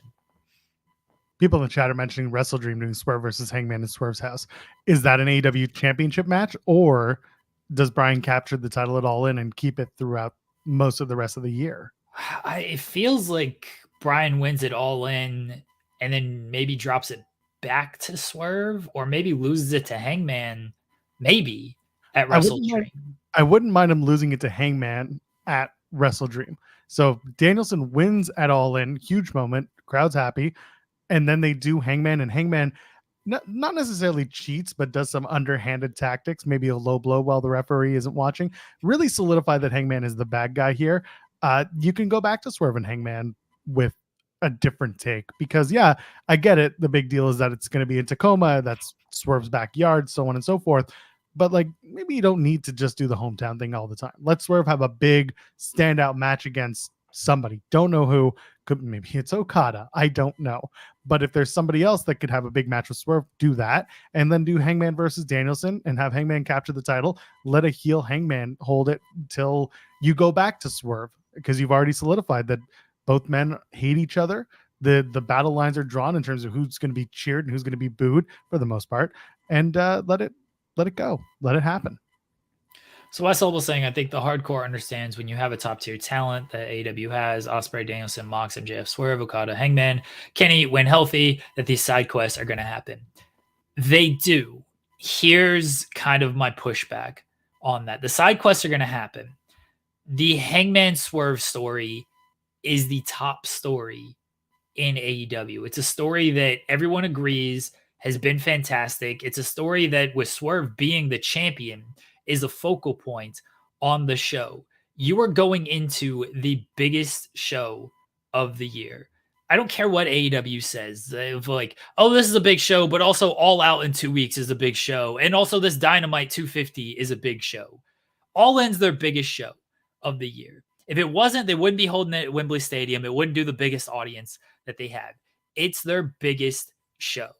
So when you have your biggest show, people want the biggest feud, the best story, Hangman and Swerve. They want that on that show. So a side quest can happen, yes. But if it's a side quest that is taking the place of the match that people want at the biggest show, it's a little bit tougher to forgive. I'll make the analogy of, and I don't like the comparison, but this is the only way I can kind of do it. Imagine if they did build up Cody and Roman Reigns for WrestleMania, and then they were just like, yeah, you know what, Cody, instead you are going to do this other thing, and we are just going to put The Rock here because The Rock is the biggest match. People rejected that. They're not going to reject Hangman. They're not going to reject Danielson and Swerve to the level that they rejected Rock and Roman. But it's a very similar concept of, we built Cody and Roman. We built it to be at the biggest show of the year, to culminate at the biggest show of the year. Wait a second, let's do something else here because Danielson is retiring. People aren't always going to accept that. So Danielson wins the title, All In. I mean, I've been pushing for Danielson to win the title for years. So, yeah. The back half of 2024 being the story of Danielson's final push might be big. And if he drops that title at what was the show? Wrestle Dream. So weird names. I understand the reasons why they call them some of these shows, but good Lord. Had a moment. I was about to call it Wrestle Dynasty, but that's later. That's the beginning of next year. If he drops the title at Wrestle Dream, it plays into what Danielson has said about his dates and what's left on his contract, which he said was till All In. And then maybe he signs a quote unquote extension that goes until Wrestle Dream. And then we're quote unquote done until he does something at World's End. The Blackpool blow off, where it's a big fatal 4-way. And Wheeler Yuta wins. I tried to do it. Wheeler Yuta pins Danielson. Yeah, of course. Danielson's going out on his back. People are talking about the John Cena retirement tour and whether or not he should go out on his back. Danielson will guarantee you that he goes out on his back. Danielson's going to pitch that he comes in and does the John Cena retirement tour so that he can go out on his back for John Cena. It's going to be the joint tour where both men are retiring, and it doesn't matter who gets pinned because they're both leaving. So really no stakes at all. That's what we should do it. That's the way it should be, right? Sure. But going back to the women, I do enjoy the fact that these stories are so diverse and so different in the way they're being told. And there's more than one women's story that's going on right now. We talked about the 2 titles on the line, but also, we're not a big fan of Deanna and Tony continuing their story. That needs to end. Thunder But Rosa. hopefully, out of that, what did I say? Tony. Oh, sorry, Deanna. I wanted Tony for something. Anyway, Deanna and Thunder Rosa. That story we're hoping comes to an end. Yeah, why is that continuing? And even on socials, you had Deanna just being like, I beat you in a no disqualification match. It was fair and square then. Why are we still doing this? That does need to end. And I'm hoping that they finish it off. Mentioned Chris and Willow. That match is definitely going to something of a gimmick match, which is fine by me. That's the way it feels because they're getting involved in each other's business in and out of the ring. So let them settle it in a place like a steel cage. I would love that.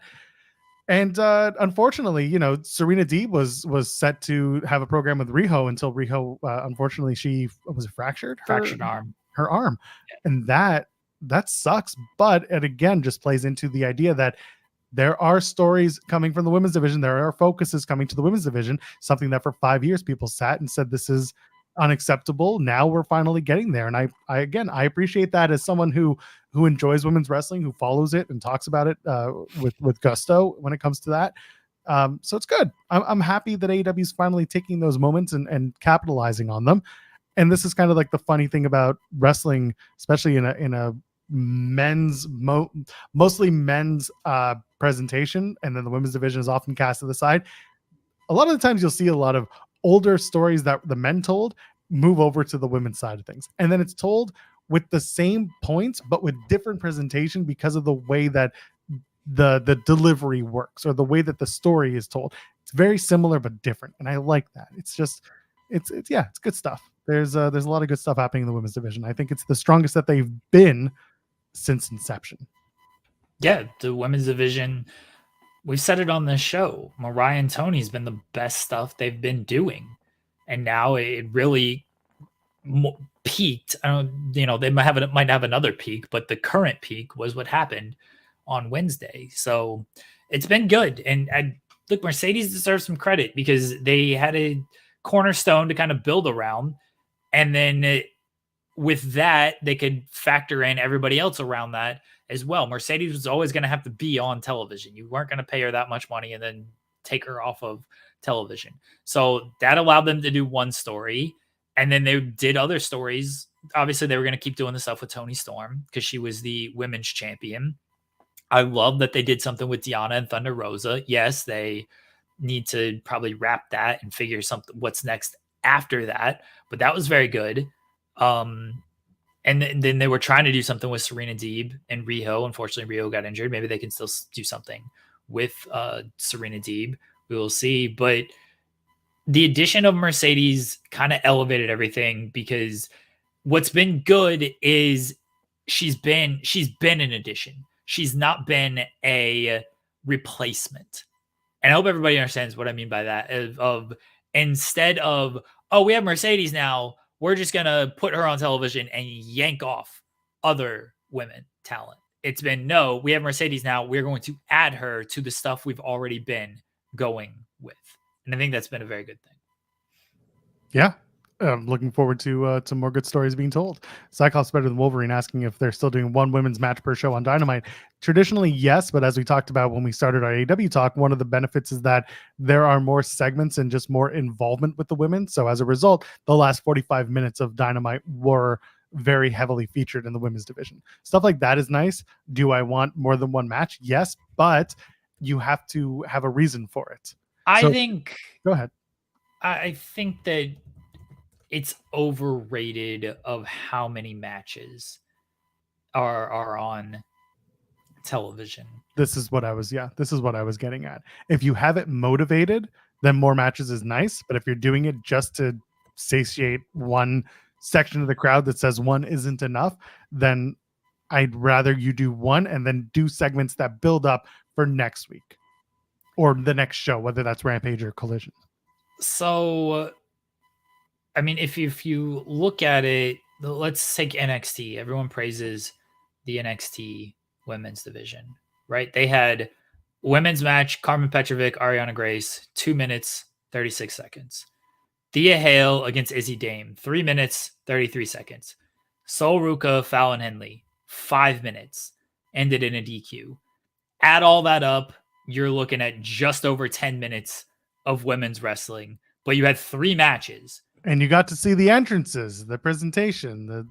That's pretty much what AEW had 1 women's match on Dynamite. Mariah May, Willow Nightingale. It went about 2 minutes more than those 3 matches combined. Don't give me just, we put 3 women's matches on, but they're just short matches that don't mean anything. And all these NXT matches had a purpose, by the way. This is not a knock on like what they were doing with these NXT matches. Look, Ariana Grace is not, she's a character, not so much a wrestler. Carmen Petrovic should beat her very quickly. Thea Hale is the greatest wrestler in the world. She should win in 3 minutes. Cocaine, let's go. Sol Ruca and Fallon Henley was to set up the alignment between JC, Jasmine, and Fallon. So all understandable. But I do think people get lost in like, oh, well, NXT had 3 women's matches. AEW only had 1. Who cares? If look at the totality of just what's happening on the show with that instead of just the numbers. Also, like, this is funny. Going back to our conversation with Adam earlier, this is a NXT is presented like the TikTok of professional wrestling. It is WWE speed, but for 2 hours. The matches aren't long, and everything is just very succinct. That's the way it goes. They feature as much talent as they can to get them out and moving. But other than that, it's to get somewhere with it, but they do it very quickly. Whereas what we saw in AEW, they were spending a lot more time with the matches, with the beatdown segment at the end, telling that story, and that was good. That the two are presented differently, but are still good in their own ways. That's what I leave it with. I agree with Louis, by the way. 1 men's match, 1 women's match. They should both be under 10 minutes. And the rest of the time, they just sit there and stare at each other and say, bitch, bitch, bitch, bitch. And then at one point, Pat McAfee comes out and says, a bitch brick house? A shit bitch house? Why's McAfee showing up on AEW? Why not? Sure. He doesn't run from the grind. Fair. Honestly, fair. He is the grind. The McDonald'sification of wrestling. That is the Steven Jensenism right there. Oh, man. I need whatever gives Thea Hale her energy. It's cocaine. She is sentient cocaine. She is cocaine as if cocaine has gained sentience and come to life. I love Thea Hale. They should put the title on her. Yes, they should. They will one day. She's young. She's 19, 20, maybe, I guess. Next week. Next week. Yeah. She beats Roxanne, and then she's got to take on like Stephanie Vaquer, and then eventually Julia, and then let's go. Thea Hale just running circles around these women, literally circles. Stephanie Vaquer and Julia wouldn't know what hitter they got in the ring with Thea Hale. Are you kidding me? They aired the match last night on TNA. It was Jordan Grace versus Izzy Dame from NXT. Izzy, by the way, who was like a volleyball player, so she's legitimately tall. And like Jordan Grace is also very short. She's like 5 feet tall. Very, very short girl. But she tweeted out afterwards, if God gave me height, it would be over for everyone. Or I'd be too perfect, something like that. But like Izzy Dame starts the match by doing the whole like, I'm bigger than you, you can't touch me, and like doing the palm of the head. It's very, very funny stuff. But that match was good. Going back to just the TNA NXT stuff, you can see what some of the reasoning is for these matchups. And Izzy Dame is she's getting better, and she's tall, and that helps with a Jordan Grace TNA Knockouts champion who is not nearly as tall as most people. Like even Roxanne is tiny.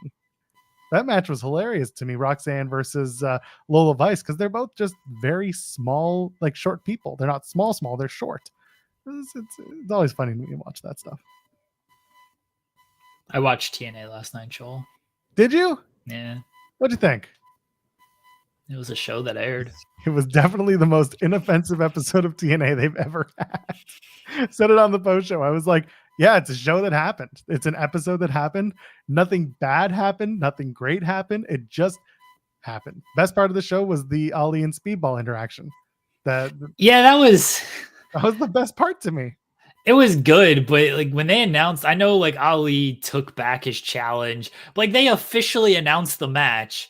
They made the graphic, And then it's like, oh, by the way, this is a number 1 contenders X Division match. Like, you've already told us it's Speedball and Ali. Like, why are we doing this match now? Like, we know Speedball is going to win, unless you really want to screw over your fan base and is like, oh, they announced the match, they did the graphic. Wait a second, Ali is taking the match back, and now Kushida is going to face Ali because Kushida pins Jonathan Gresham in this. I just thought it just felt like they screwed up. Like, it felt more like it didn't feel like a story beat. It felt like a screw up of Ali issued the challenge because he wanted to do this match. They made it all official. And then it's like, oh shit, we need to like fill television. Let's just do an X Division number 1 contenders match. It didn't feel like a story beat to me. It was not.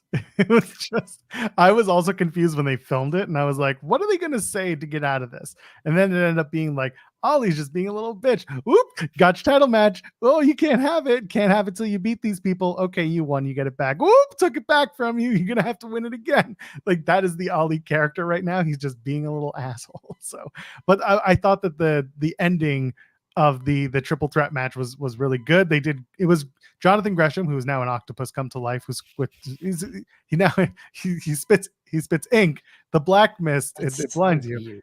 And then you've got Kushida, who also now spits mist to get back at Jonathan Gresham. It's very confusing, but Kushida was in the match, and so was Speedball. Speedball gets the win, and then afterwards, Ali and Secret Service come down. They beat down Speedball, and then Trent Seven tries to make the save. Speedball's playing like babyface and fire, being like, hit me with the chair, hit me. Trent Seven takes the chair shot instead, gets beat up, gets put in a sharpshooter by Ali, and then Ali just like talks shit at Speedball while he's being held back. And like, it's a really good moment. It's a really good segment. It was just like Jeremy said, it didn't need to go this way.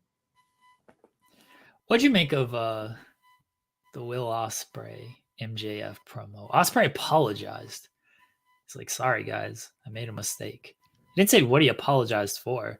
You know, a man who doesn't apologize, Sean Ross Sapp, because he doesn't make mistakes. So he doesn't need to apologize. We almost made it an entire week without Sean showing up on the show.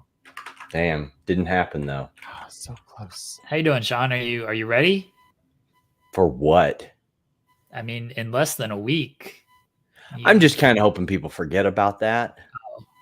Sorry. If you can't tell, both Effie and I are very confused as to why this match was booked. Like, neither one of us said, yeah, announce this match. And that is legit. Neither one of us said that. We were very confused why this match was set, why it was announced, why it's happening. He says he's going to sit on my face. I'm trying to pay Shaza McKenzie. I'm trying to sponsor her visa for her to just come take the bumps for me. It's fair. It's good work if you can get it. To be fair, she was smart enough to not do it because I was going to get her to do an employer agreement, and then she would have got deported. So that would have been... didn't work. I interviewed Missa Kate. That goes up at noon. Among the questions that I asked her were, and I quote, "What's your fucking problem?" Because she teamed with Shaza in a Berwyn street fight in February. So we tried to get Effie on the show to just bury you, but he's not returning any of my messages. yeah, it checks out. I mean, my communication with him has been very interesting over the last week, to say the least. It did remind me of the time I went to Men's Warehouse in Atlanta last year, and they're like, "Oh, what's this for?" And I said, "I'm going to a Cody Rhodes premiere, and I forgot my suit." And they're like, "Oh, do you know Effie?" And I'm like, of all the wrestlers that have ever lived in Atlanta, of all of them, Effie. That honestly doesn't surprise me whatsoever. Yeah. Quite honestly, Effie's over, I'll brother. tell you what, when I told Effie yesterday, he was surprised. shouldn't have been. He should have been just happy to know. Why does this match take place on a Thursday? Well, because Sean's day off is Thursday. He ain't watching TNA. It's fine. That's what I'm here for. Fair, but I mean, listen, Kentucky has a rich history of running televised shows on Thursdays. I'm eating chicken fried rice. Oh, God bless. Get some fried eggs on that. I was gonna come to this match, but then I saw it was like a Thursday night. I was like, I don't know if I can make this work. Well, you're not working either on Thursday nights. You're not watching TNA unless you have to. I literally just said I watched TNA last night. Yeah, last night. You typically don't have to, though. Y'all leave that to me and like the two other people who want to write about it. Yeah. Stuff work's got to get done here, Joel. That is Also, fair. NCAA football comes out next Thursday, and so I'd rather stay up until midnight and play that. Listen, like I'm not even a college football guy, and I'm like, yeah, I'll probably get it. Yeah. Too many How good funny memories is it? growing up. GTA 5 and NCAA football 14 dropped within 10 weeks of one another. And now GTA is still never going to come out. And here's NCAA football. The We return. literally had the entire franchise nuked. NCAA rules were instated. COVID happened. Then they said, hell yeah, let's do it and pay the players for it before GTA 6 came out. I'm staying up all night to play it. I don't know if we're doing a show next Friday, everybody. It's just going to be me staring at this screen here. I'm just not going to playing. be here. Oh, there you go. I'll be on the road to Montreal. So, I'm going to pull an all-nighter with the kids. oh, God bless. Yeah, Good luck with that. That's what we're going to do. Like back in the old days when I was younger and could actually get away with it. I guess I could do some plugs. I do have the Miss Kate interview.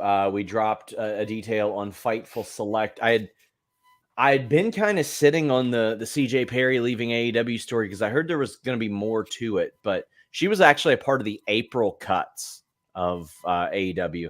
I've got more coming on the Ric Flair, Woo Energy.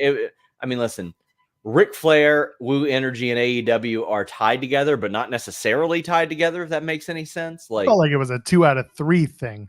Yeah. Ric Flair doesn't do any promotion for that company. Yeah, we talked about that on the show frequently. Yeah, It's he a does name- interviews and doesn't mention AEW once. It's a name on a product. When's the last time he was even there? Was it Revolution? Yeah, because he wasn't going to be there unless his best pal Sting was there. I may have taken the picture of him being killed off on wrestling TV. Yeah. Of him smelling the turnbuckle. Yeah, just doing his chin ups, his lay down chin ups. He'll be on WWE TV at some point. Probably. Got to give a ring to his daughter.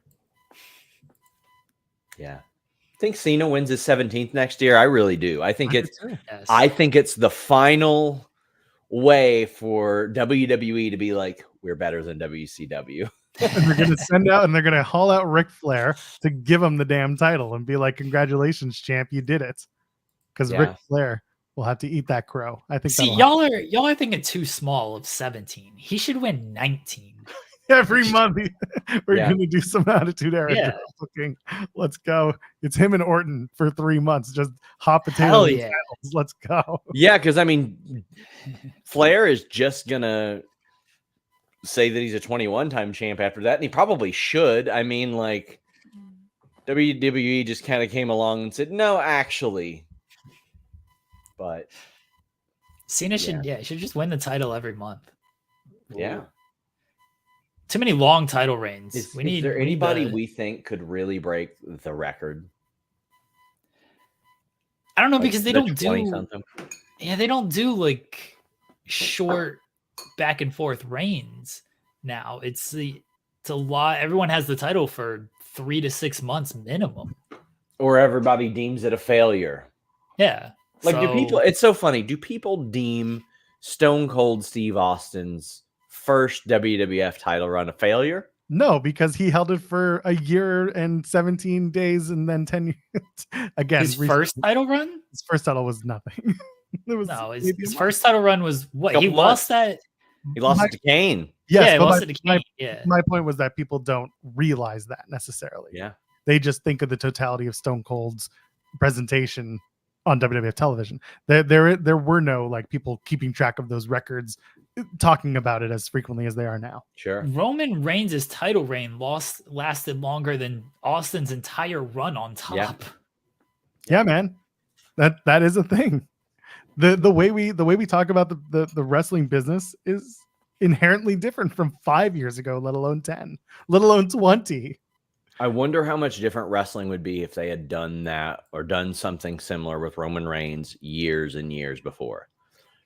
Like if I do feel like you had to get a lot of what Roman went through to get to where he was, but you didn't need to, not all of it, not 5 years of it, right? Like Need more of these long title reigns where people aren't. This is why Logan Paul is the best champion. 2 title defenses in like 300 days. Yeah. Get that money, Logan. Yeah. Although he interviewed Kevin Durant. Fuck Kevin Durant. Yeah. Fair. What are you doing this weekend? I Sean? totally fell, Jeremy, for the Kawhi Leonard retirement tweet from a parody NBA account. I go, Was it NBA Sentinel? NBA Sentinel. Sentinel gets me every single time. They do Yeah, some good. they got me. Parodies. I was like, yeah, it checks out. Yeah. And then I saw that hilarious story, the Apple Time. The Apple. story. That turned out to be not true, unfortunately. But that is really, hilarious. Yeah. Apple Time. I'm honestly very disappointed. As I'm looking, he denied it. Yeah. Um, Kawhi Leonard just pulling up to the San Antonio Spurs dinner, eating a bunch of tree semen while everybody else is pigging out on steaks. Him telling Greg Popovich, Apple Time. Oh my God. I wish that were true. And you know what? I feel like at this point, he should just do it and make it true. Oh, that'd be good. First press conference of the Spurs media day or whatever. Just come up with apples. With one of those like mesh plastic bags of apples and just plops them down on the table. You should have a variety though. Like you want your Granny Smiths, you want your Juicy Reds. Like, what do you guys want? Anybody want one? You want a Gala? I got a Gala apple here. They're in season right now, so they're more expensive than normal, but I got you. If you want one, I got you. You know, I hate Fridays. I can't think of a thing that I would like to do less than to post somebody else's match ratings for engagement. All due respect to Dave Meltzer. I mean, his opinion's his opinion. I just can't think of something I would like to do less. Actually, there are many things I'd like to do less. That's hyperbole. But in the world you operate with, in the world I operate in, I can't imagine having to rely on that instead of just I mean, even if I wasn't doing this, I can't imagine being like, well, this person rated it this, please react accordingly. Because what that tells me is that those individuals don't feel like putting the heat on themselves for their own individual match ratings. Go figure. Wait, did you ask Missa Kate about the spot? I sure did. So did we. There you go. I got to look at the answer to that one because her answer to us was hilarious. So this is just what we do now. Yeah, she said that she hadn't seen James Mitchell, and then he popped up backstage and he had white stuff all over his face, and she's like, "What did you do, coke?" And he goes, "Yeah." That's what she said to us. That's what she said to us. She's like, I was just walking around backstage. It just ran into James Mitchell. It happened right before I was supposed to go out, and this is what. She's like, I keep to myself throughout the day. Oh, that's fantastic. She's wonderful. I really love interviewing her. I spoke to her at Squared Circle Expo as well, but yeah. Well, I guess I should go to work now. Oh, go check out that interview, everybody. Drops it. Oh, should I tell you guys about how I wouldn't say postal. I almost went off about a furniture delivery that got rescheduled on me 6 times. You made reference to it. If you want to bring the whole thing to light, you are more than welcome to. Listen, channel for it. I might be pursuing legal action just to be petty. My God, let's go. I'm here for petty Sean. So listen, like I've mentioned this little knee issue that I've had, and when I went to the PT doctor, they're like, you should probably stretch out when you're on the couch and stuff like that. Don't be at a 90-degree angle. Don't have it folded. I was like, you know what? I need to buy a new sectional anyway. I've got a nice all form from our good partners at Helix in our spare room. I need to get a new one. So I went to Bob's Discount Furniture, where, listen, decent looking products there. I should have done my research. Bought the item. It was the first item you see when you walk into the store. They said it'll be 4 or 5 weeks. I said, no problem. Not ideal. No problem. You have to reschedule it outside of a 72-hour window if you want to reschedule it as a consumer. Less than 72 hours before my delivery, after I had paid a deposit to movers to get my old couch out, they hit me up and they said, actually, it's delayed till July 6th. And I said, that sucks. They reimbursed me like $150 of the $200 deposit that I ended up paying. And I'm like, well, that sucks. Whatever. Just eat that one. Sometime before, it was July, it was Mondays when it was supposed to be there. July 8th, sorry. Sometime before that, they rescheduled it without telling me for July 13th. I hit them up. I go, hey, I didn't approve this. What's going on? They're like, oh, you're right. You're right. Well, let's fix that. Let's fix that. I was wrong, by the way. It was July 9th. We're like, let's fix that. So let's go back to July 9th. And I go, cool. So July 8th rolls around, which is Monday morning. I don't have a delivery confirmation email or anything from them. I say, that's weird. I hit up their customer service. They say, yep, you're good for tomorrow. Less than 10 minutes later, I get an email saying, your items are now delayed to July 16th. And I said, there's no way they didn't know this when this happened, because the time before, I also confirmed my delivery. And less than an hour later, I got the email saying it's delayed. I spent 4 hours on the phone Monday. You cannot call the store. Oh. You can't call the local store. It's impossible. From the time that I called, my delivery date went from July 9th, 16th, 26th to the 31st. I will not be in town on the 31st. So basically what they were telling me, my wife's a school teacher. She'll be back in school in August. I will have ordered the item when she was in school and gotten it when she's back in school. So throughout this process, it ends up with me going physically to the store.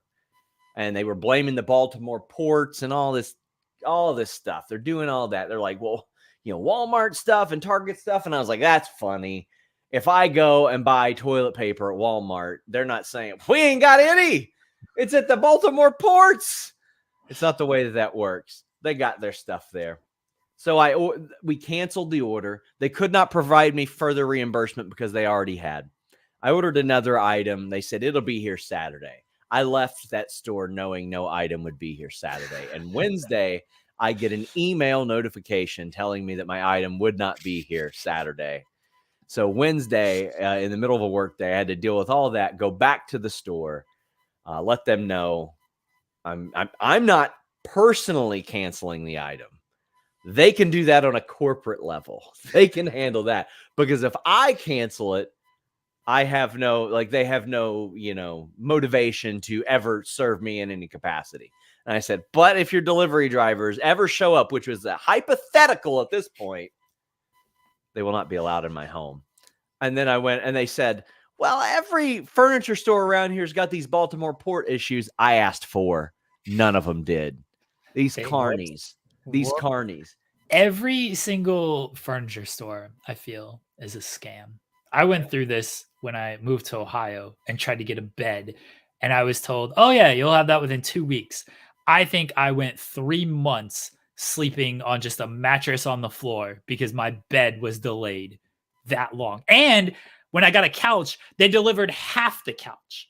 I got half a couch on the delivery. And then maybe 2 weeks later, I got the other half of the couch. That's what they tried to pull with me. They're like, hey, well, some of your parts are available and the rest will be 16, 26. Yeah. I was like, I got a job, right? Like, yeah, I've got to work. I can't take 4 days off for you to schedule this and have people running in and out of my house, casing the joint at this point, because they know their Bob's job ain't going to last long. They give you the cable company time of, we'll be there between 9 a.m. and 3 p.m. Like, okay, so, thanks. I think I talked to 15 people between Monday and Wednesday.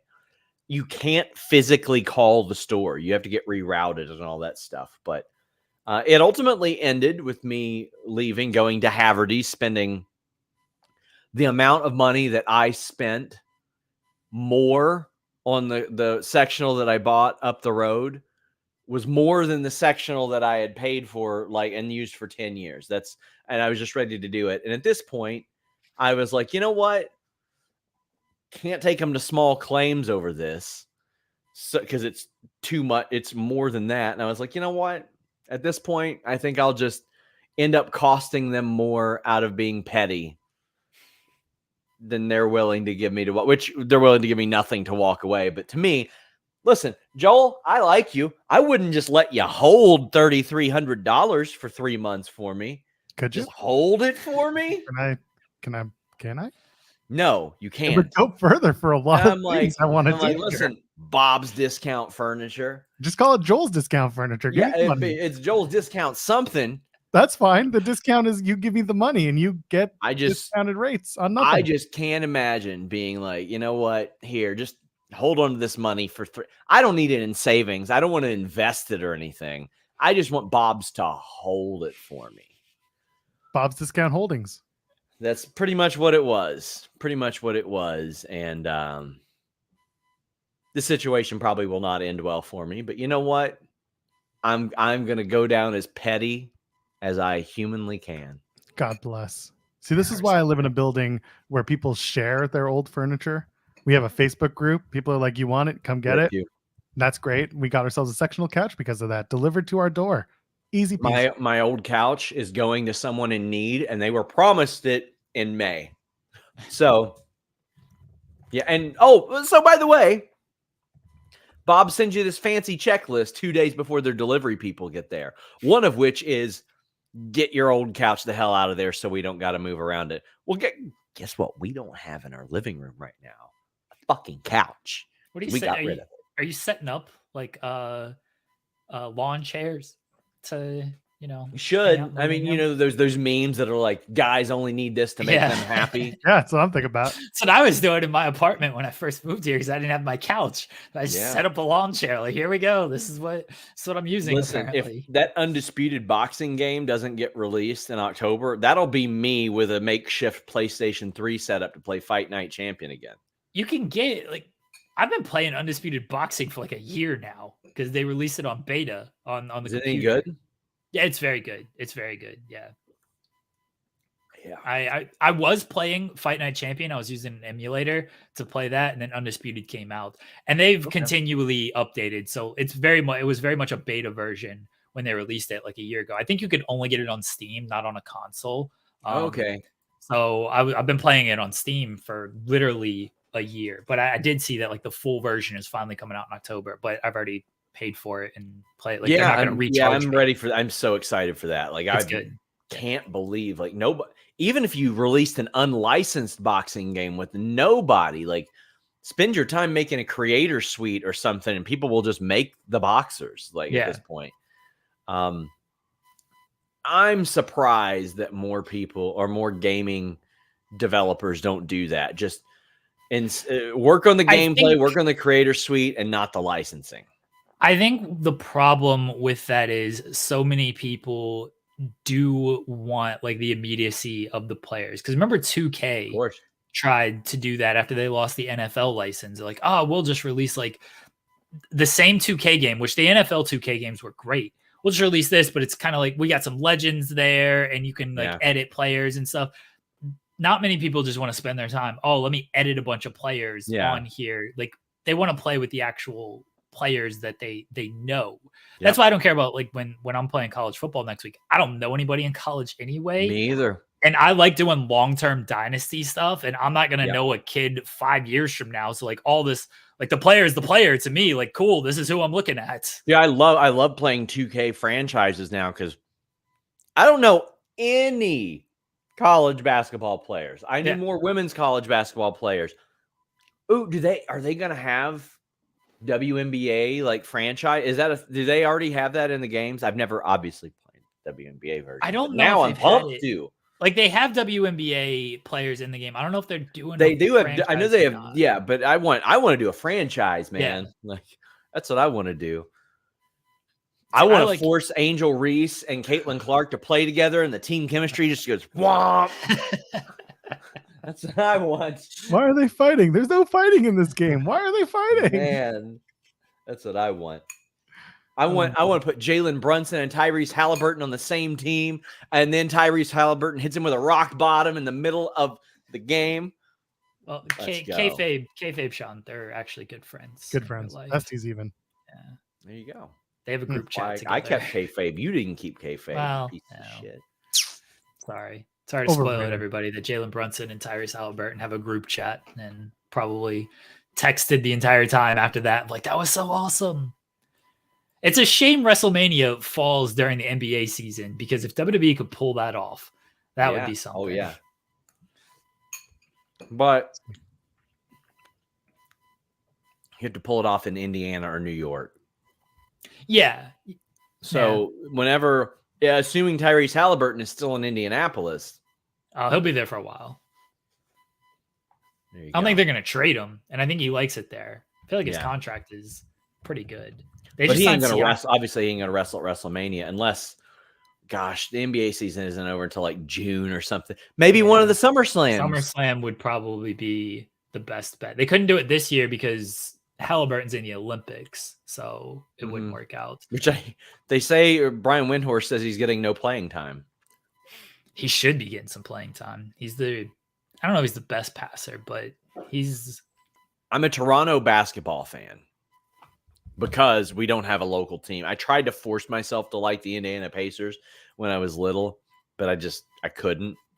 But I'm an Indiana Fever fan. Obviously, I jumped on that bandwagon real quick.